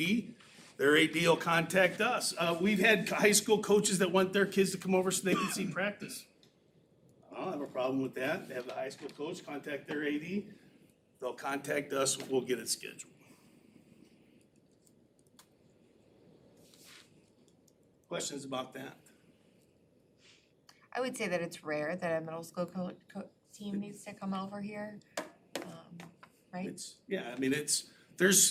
There's probably been more times we've had to go over there than they've had to come here. And, it's just one of those deals where we don't want to have to pay a custodian when their coach has a key to get into their building. And if there's absolutely can't do it, then we'll do it and we'll figure it a way. Sometimes it's on our head coach to supervise. Next one, sir. This kind of goes with the same thing with our LHS sponsored groups and outside groups. We'll need somebody to help them in the facility, whether it's a high school coach, a supervisor, a custodian. For these groups, all requests have to go through ML schedules. And ML schedules is 7 days in advance, right? 7 days in advance. We try not to schedule any of these groups on a non-school day. So if it's Labor Day, we'll tell the gymnastics club you can't come in. Why? If it's a parent-teacher conference day, number one, because Jason sometimes he adjusts his custodians on those days. Okay, but if we're talking specifically gymnastics, it's the same coach for all of it. The head coach at the high school is the same I'm coach for just all of using an it. example, but Well, I mean, we can still use typically it just for, outside group is because of this wanting to need one of these 3. If the coach is part of it, then there has been cases where we allow that to happen because that is not costing us any money. yeah, To have a so, supervisor or To something. have the supervisor or to have to Have pay a we ever thought custodian. about like some of these, like, these groups that are connected to the schools and different things, like, of having somebody, like, I think we brought it up before, as having somebody, say, take Pop Warner, for example. If they have 1 or 2 individuals that we train and that are background checked, everything like that, to make them almost like a supervisor, that they can be able to, like, they're in charge of that group coming in. Yes, because even going back to like Katie's example, if you've got the gymnastics coach that already has the keys, already Well, uses the space. I'm talking about somebody that's not. Yeah, same thing. So, in our board work session 2 summers ago, 2.5 summers ago, we did acknowledge that to help keep costs low for our public, that we would train people for emergency procedures if they were a regular user, even though they weren't our employee. yeah, and I wanna go back to that last slide, you don't have to go back to it, but just to say, we're talking about potentially bringing in added costs for supervision, custodians, somebody with a key, all of these things, but we just talked about how full the schedule is.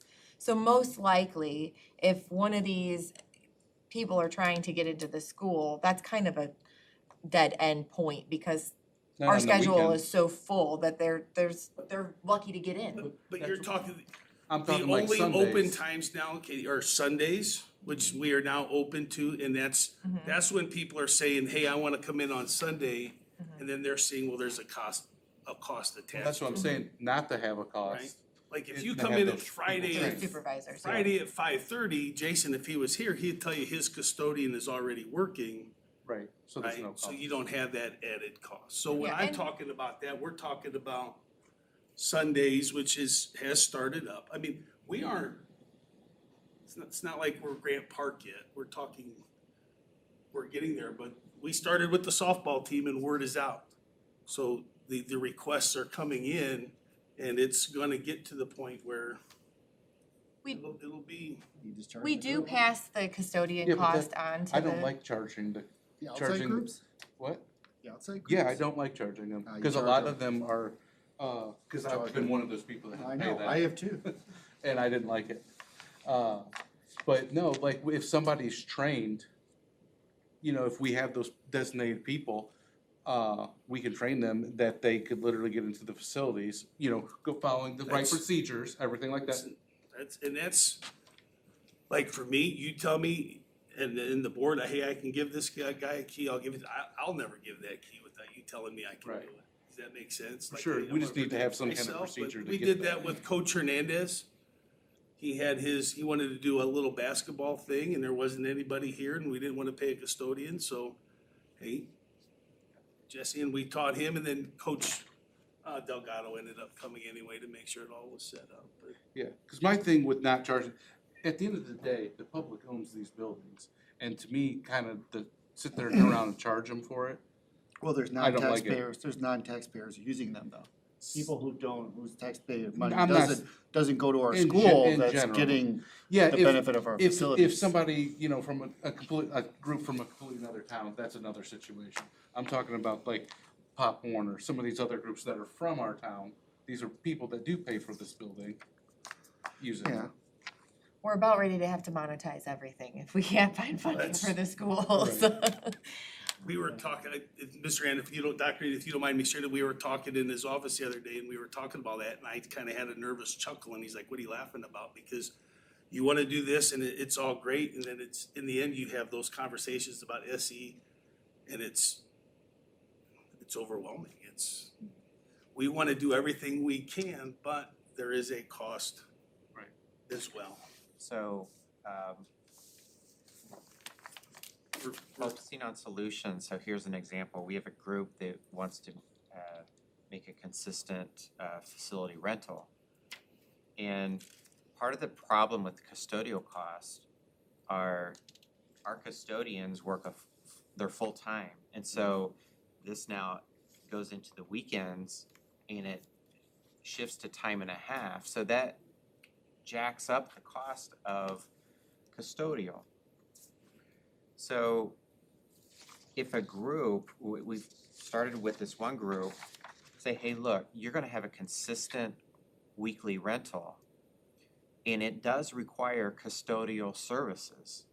If you've got someone from your group that wants to apply to be a part-time Tri-Creek School custodian, then we can potentially hire you as a Tri-Creek employee.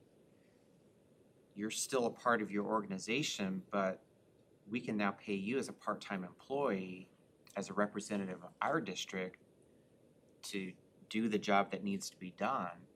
And now instead of paying someone time and a half, we're paying you the $12 rate instead of the $35 rate.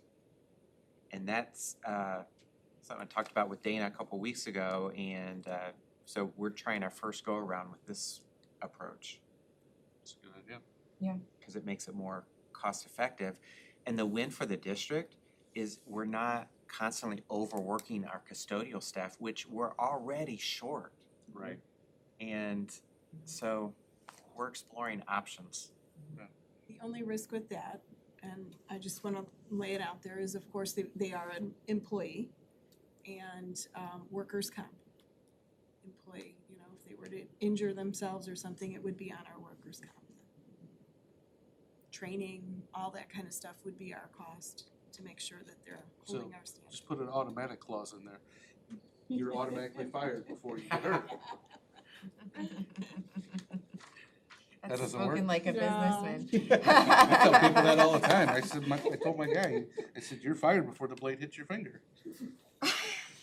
Kyle, I've got renewal on Monday, so can we delete that, please? There's clearly a lot that, now you know what I go through, and we haven't even got into ML schedules and all that. Just, if you ask me, like, I don't deny people on ML schedules, I just say whether it's available or not and pass it down the line, because once it hits ML schedules, there could be a cost to it, there might not be a cost to it. That's not up for me to say, that's somebody else's department. Well, you can still have the right understanding of it to give. I can tell them, I mean, prime example, we had, Pop Warner wanted to use the football field. They were getting ready to go to their big state championship in the snow and in the mud. I can let them on the football field. I know they have insurance. We have a coach now that is running Pop Warner on staff, and it's not gonna cost our custodians a bit. All right, here we go. We can get you in and I can make that move.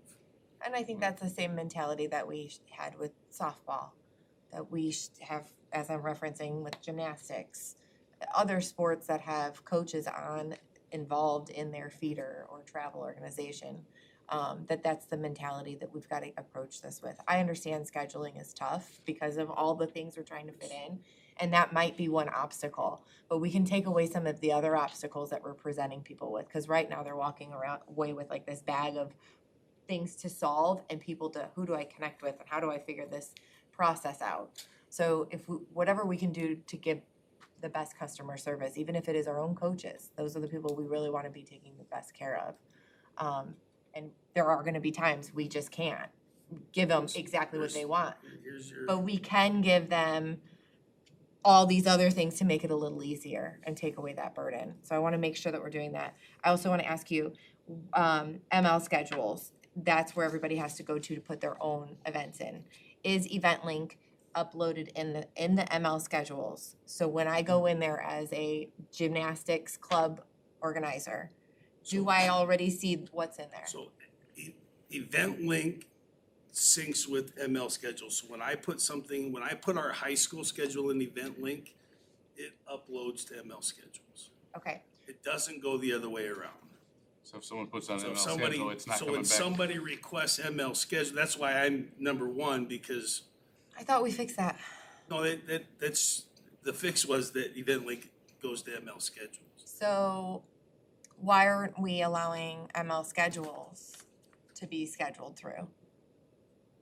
Or I'm sorry, EventLink to be scheduled through instead of ML schedules? It's a question for somebody That's not else. something we wanna open up? We can explore that. Cause it seems like it's Seems taking like a away an conflict extra there. process. Okay, so I go in ML schedules, I wanna schedule gymnastics practice for February. I can't do that yet because I should not do that right now in December because the other teams haven't gotten their time slots in, right? Say it one more time. You're a gymnastics, Yeah, gymnastics schedule, I wanna schedule for February, right now in December. I can't really do that because you haven't gotten the 2x2 schedules in yet for February, correct? you are a, yeah, I think you can request the time, but. it just like I might not get would, approved. it's hard for me because I would expect Lisa to do that. So you are a St. John gymnastics team coming in, No, or you you are? can say I'm Lisa, it So doesn't you are matter. Lisa, Lisa's running- you Lisa use could give me gymnastics her as an example, I'm request, she running can with give it. me her request at any time. I'm asking her to give me her request. What are your dates? Can you have them? I just need them by this time so I can get everybody in.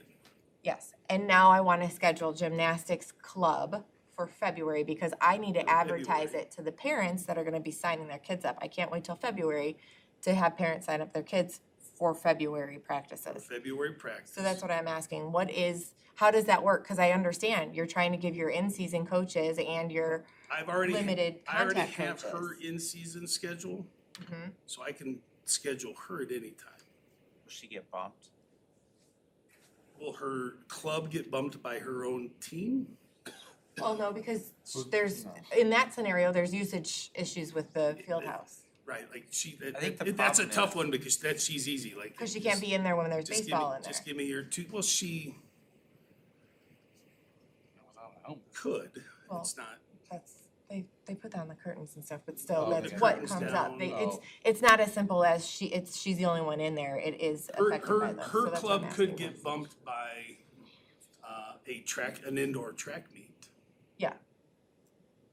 Or even track practice or cross-country practice, Or cause they share I that track. can't, like, you coach gymnastics, right? Right, that's why We used this to have to works. do that, we used to have to like, listen, can we run till 4:15 and you do floor mats and then you just have to work with one another. So coaches understand the in-season, out-of-season, all that. There is a timeline that everybody's given that schedules have to be turned in.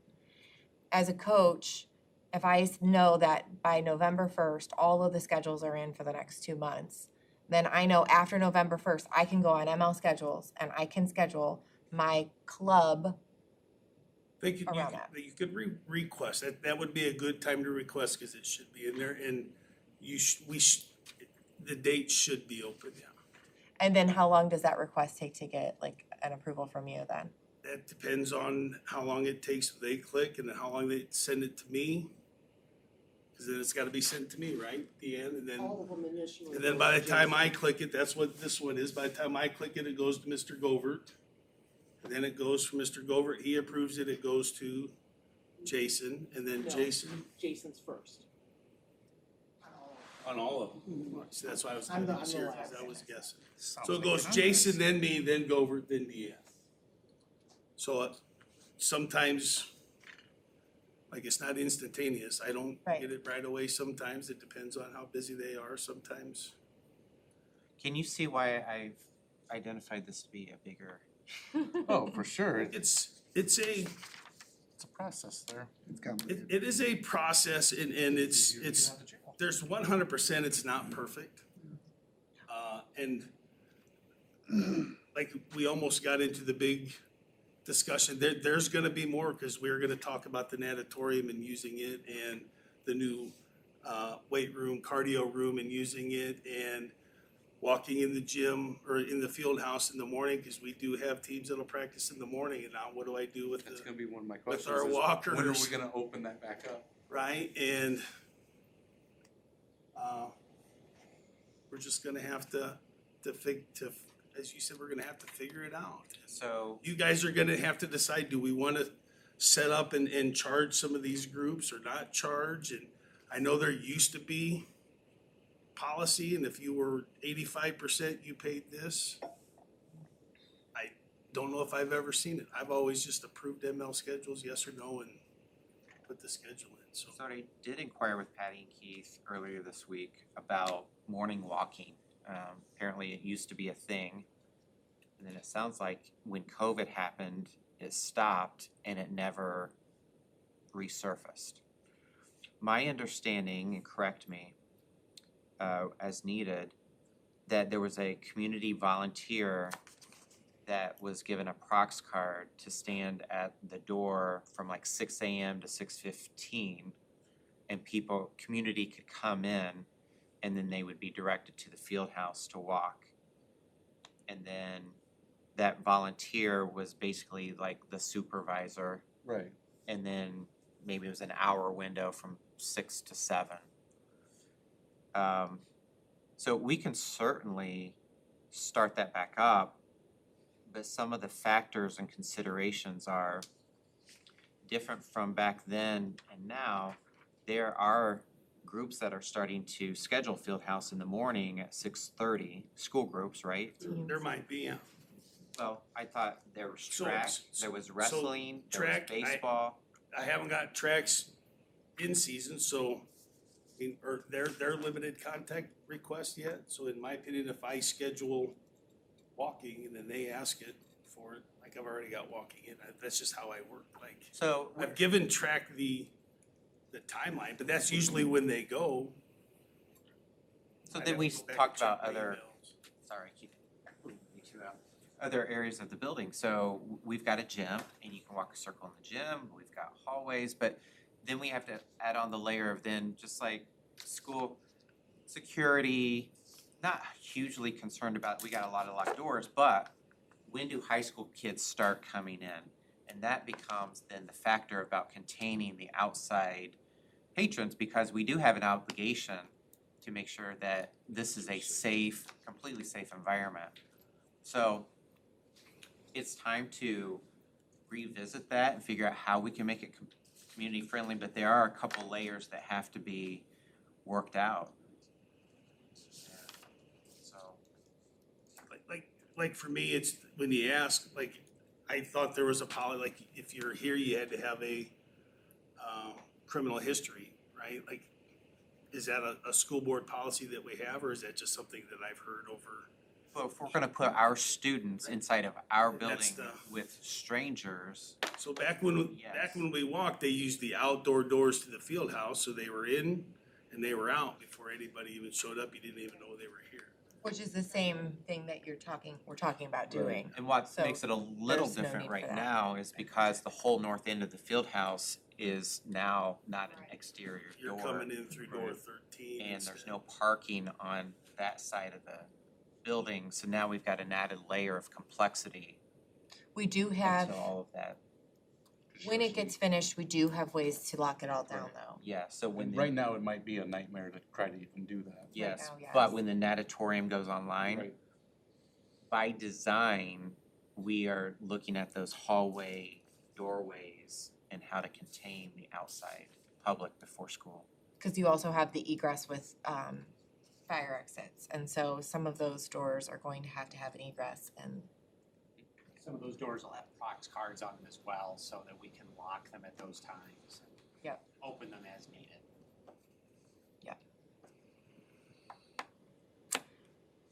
Well, also, just, I wanna add, we want our LHS groups to do ML schedules because sometimes they have special requests and we miss that, and that has saved us a lot of problems, cause we had I know that that's issue, for 'cause- like tables or chairs. Cause I see practice and I'm like, see and do and practice and I type it in and then, well, no, we're having a mock meeting. Well, I just saw practice. They need this set up and that set up. So that's why we've also have told our coaches, our coach-sponsored groups to use ML schedules rather than just EventLink to get that extra layer. Even though Jason has worked really hard with EventLink that we can type in now onto EventLink and it'll go to ML schedules as well, so. That's a Jason's huge, done that some should be good a stuff. huge time savings. Somebody tell Jason I gave him props. Any other questions? Great job. It was longer than SEA 22, so or SEA One. 1, so it wasn't bad. You're only 25 minutes over your 23 minutes. Well, Hope we accomplished something. I have several notes here, and we aim to become as efficient as we can and being good neighbors with our community. And I think it's also worth noting that a lot of these outside non-school groups, they are our feeder program. Right. So, They're almost like a school group, an elementary school Right, group. So and like the- how middle school takes this priority, I feel like we call them an elementary school program almost, not Right. outside, because they're not outsiders. and I think it's another example here. We saw how many different hands and people who are involved in this. Other school districts may have one person, and that's part of their full-time job. And this is another example of how running extremely lean, but still trying to maintain the level of expectation in our community is not easy. That's all I got. Good conversation. Thank you for the presentation. Board reports. Anybody got anything today? Yeah, I got a NICEAG board meeting report. I'll keep it very short. We had the traditional meeting last night, and two of the highlights, one of them was the alternative and residential contract approvals.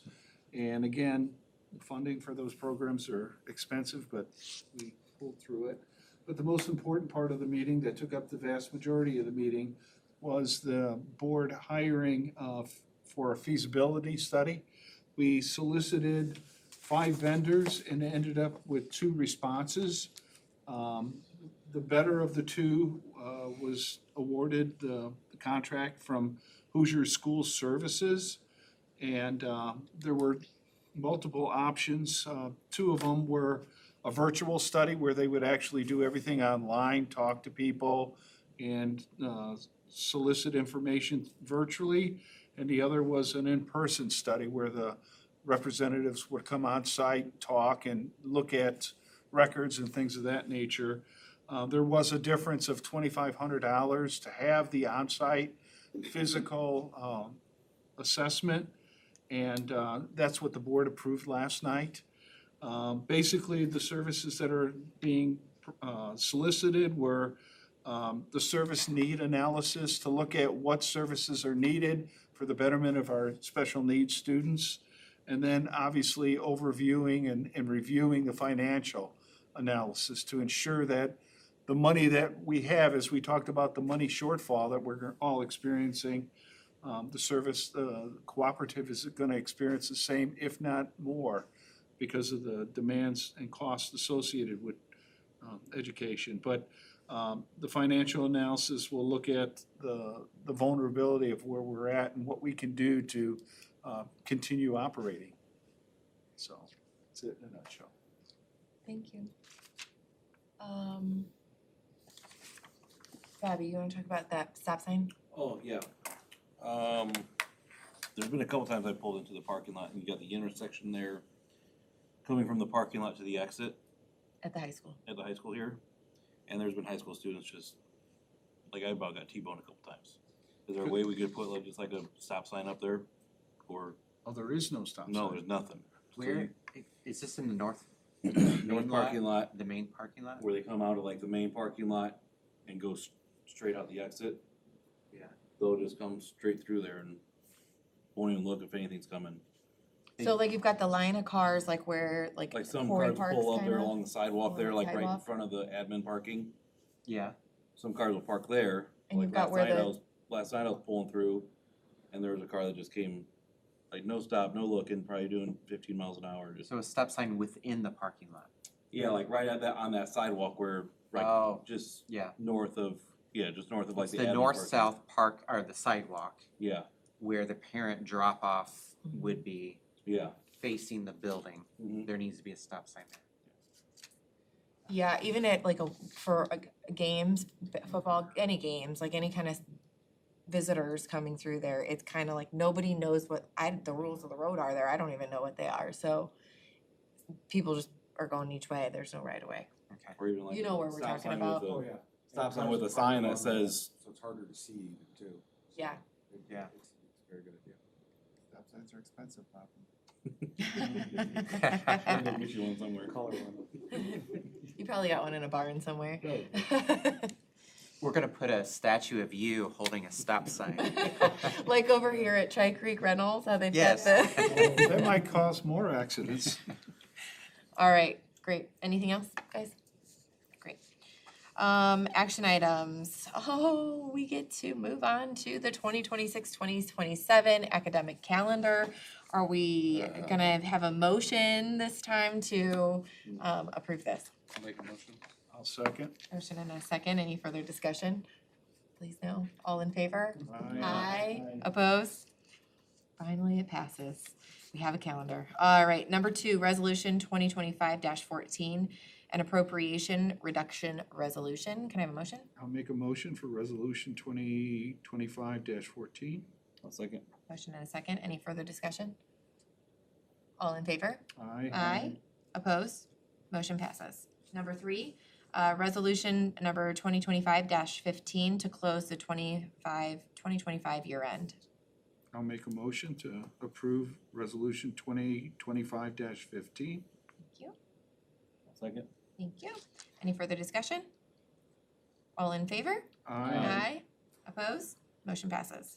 Number 4, resolution number 2025-16 to transfer amount from the education fund to the operations fund. Can I have a motion? Make a motion? I'll second. Motion and a second. Any further discussion? All in favor? Aye. Opposed? Motion passes. Number 5, overnight study trip for Lowell High School media students to attend the Indiana High School Press Association State Convention at Franklin College in Franklin, Indiana, from January 29th to 30th, 2026. Can I have a motion? I'll make a motion to approve the overnight study trip. I'll second. Motion and a second. Any further discussion? I think it's great what Mr. Martinez is doing with this group, this student group. It's really exploding. Again, I recommend everybody follow it on social media. I know they're doing a lot of work with the new newspaper in town, so you'll see student articles in there. It's blown up in this year, so very exciting. All in favor of approving the trip? Aye. Aye. Opposed? Motion passes. Number 6, approve the annual evacuation agreement between Tri Creek School Corporation and Lowell Healthcare Center, effective January 1st, 2026 through December 31st, 2026. Can I have a motion? I'll make a motion? I'll second. Motion and a second. Any further discussion? This is something that we do yearly. It's an, Relocate them here if there's something going on there. We've had that in place for years. I was just curious. yeah, it's an agreement with them for our community. All in favor? Aye. Opposed? Motion passes. Meeting consent items, we'll do these all together. Meeting minutes from Thursday, November 13th, 2025. Payroll and claims, personnel reports. Can I have a motion to approve the 3? I'll make a motion. I'll second. Motion and a second. Any further discussion? All in favor? Aye. Aye. Opposed? Motion passes. All right, board policy, we have a couple of first readings for some policies we're gonna look at. So Andy? Yeah, so no action tonight. There was a law update, and so reached out to the Indiana School Board Association about what to extract from our current policy and what to add. So you'll see the pink strikes, and then you'll see the green adds.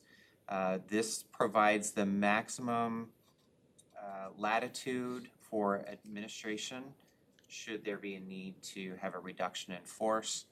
And so you see the edits that are there. And any suggestions for modifications prior to the second reading at the next board meeting? That was pretty thorough Mm-hmm. and in line with where we need to go and clarifies our actions. Yeah, that's some significant adds. Usually we have more reductions, but this one got some good adds to it. The list of 11 items are not there's no hierarchy to it.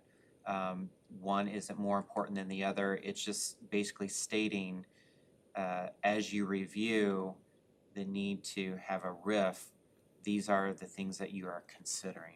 Should we make those a bullet then instead of a number? Great suggestion. There, we got one on the Yes. board.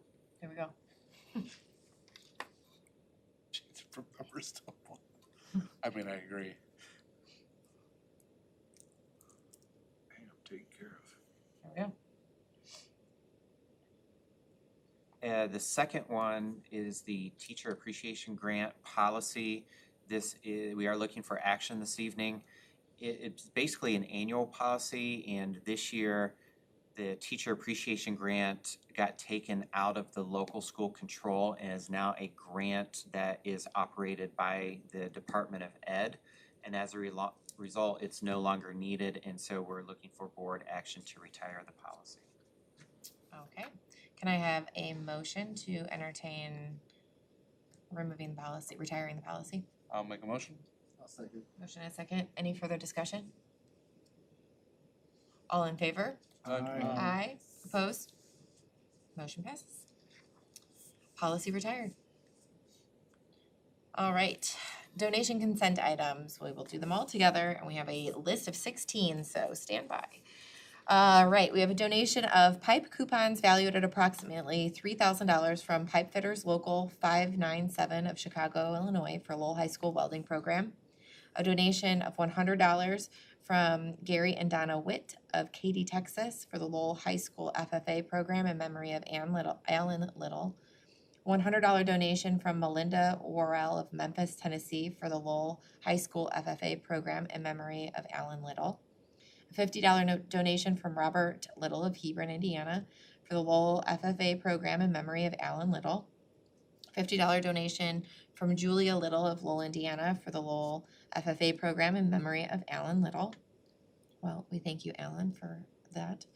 A $100 online donation from Catherine McClin for Feed Them Forward Fund. A $50 online donation from Chandra Pelican for the Feed Them Forward Fund. A $50 donation from Deborah Shellhammer of Lowell, Indiana for Feed Them Forward Fund. $20 online donation from Victoria Fedler for the Feed Them Forward Fund.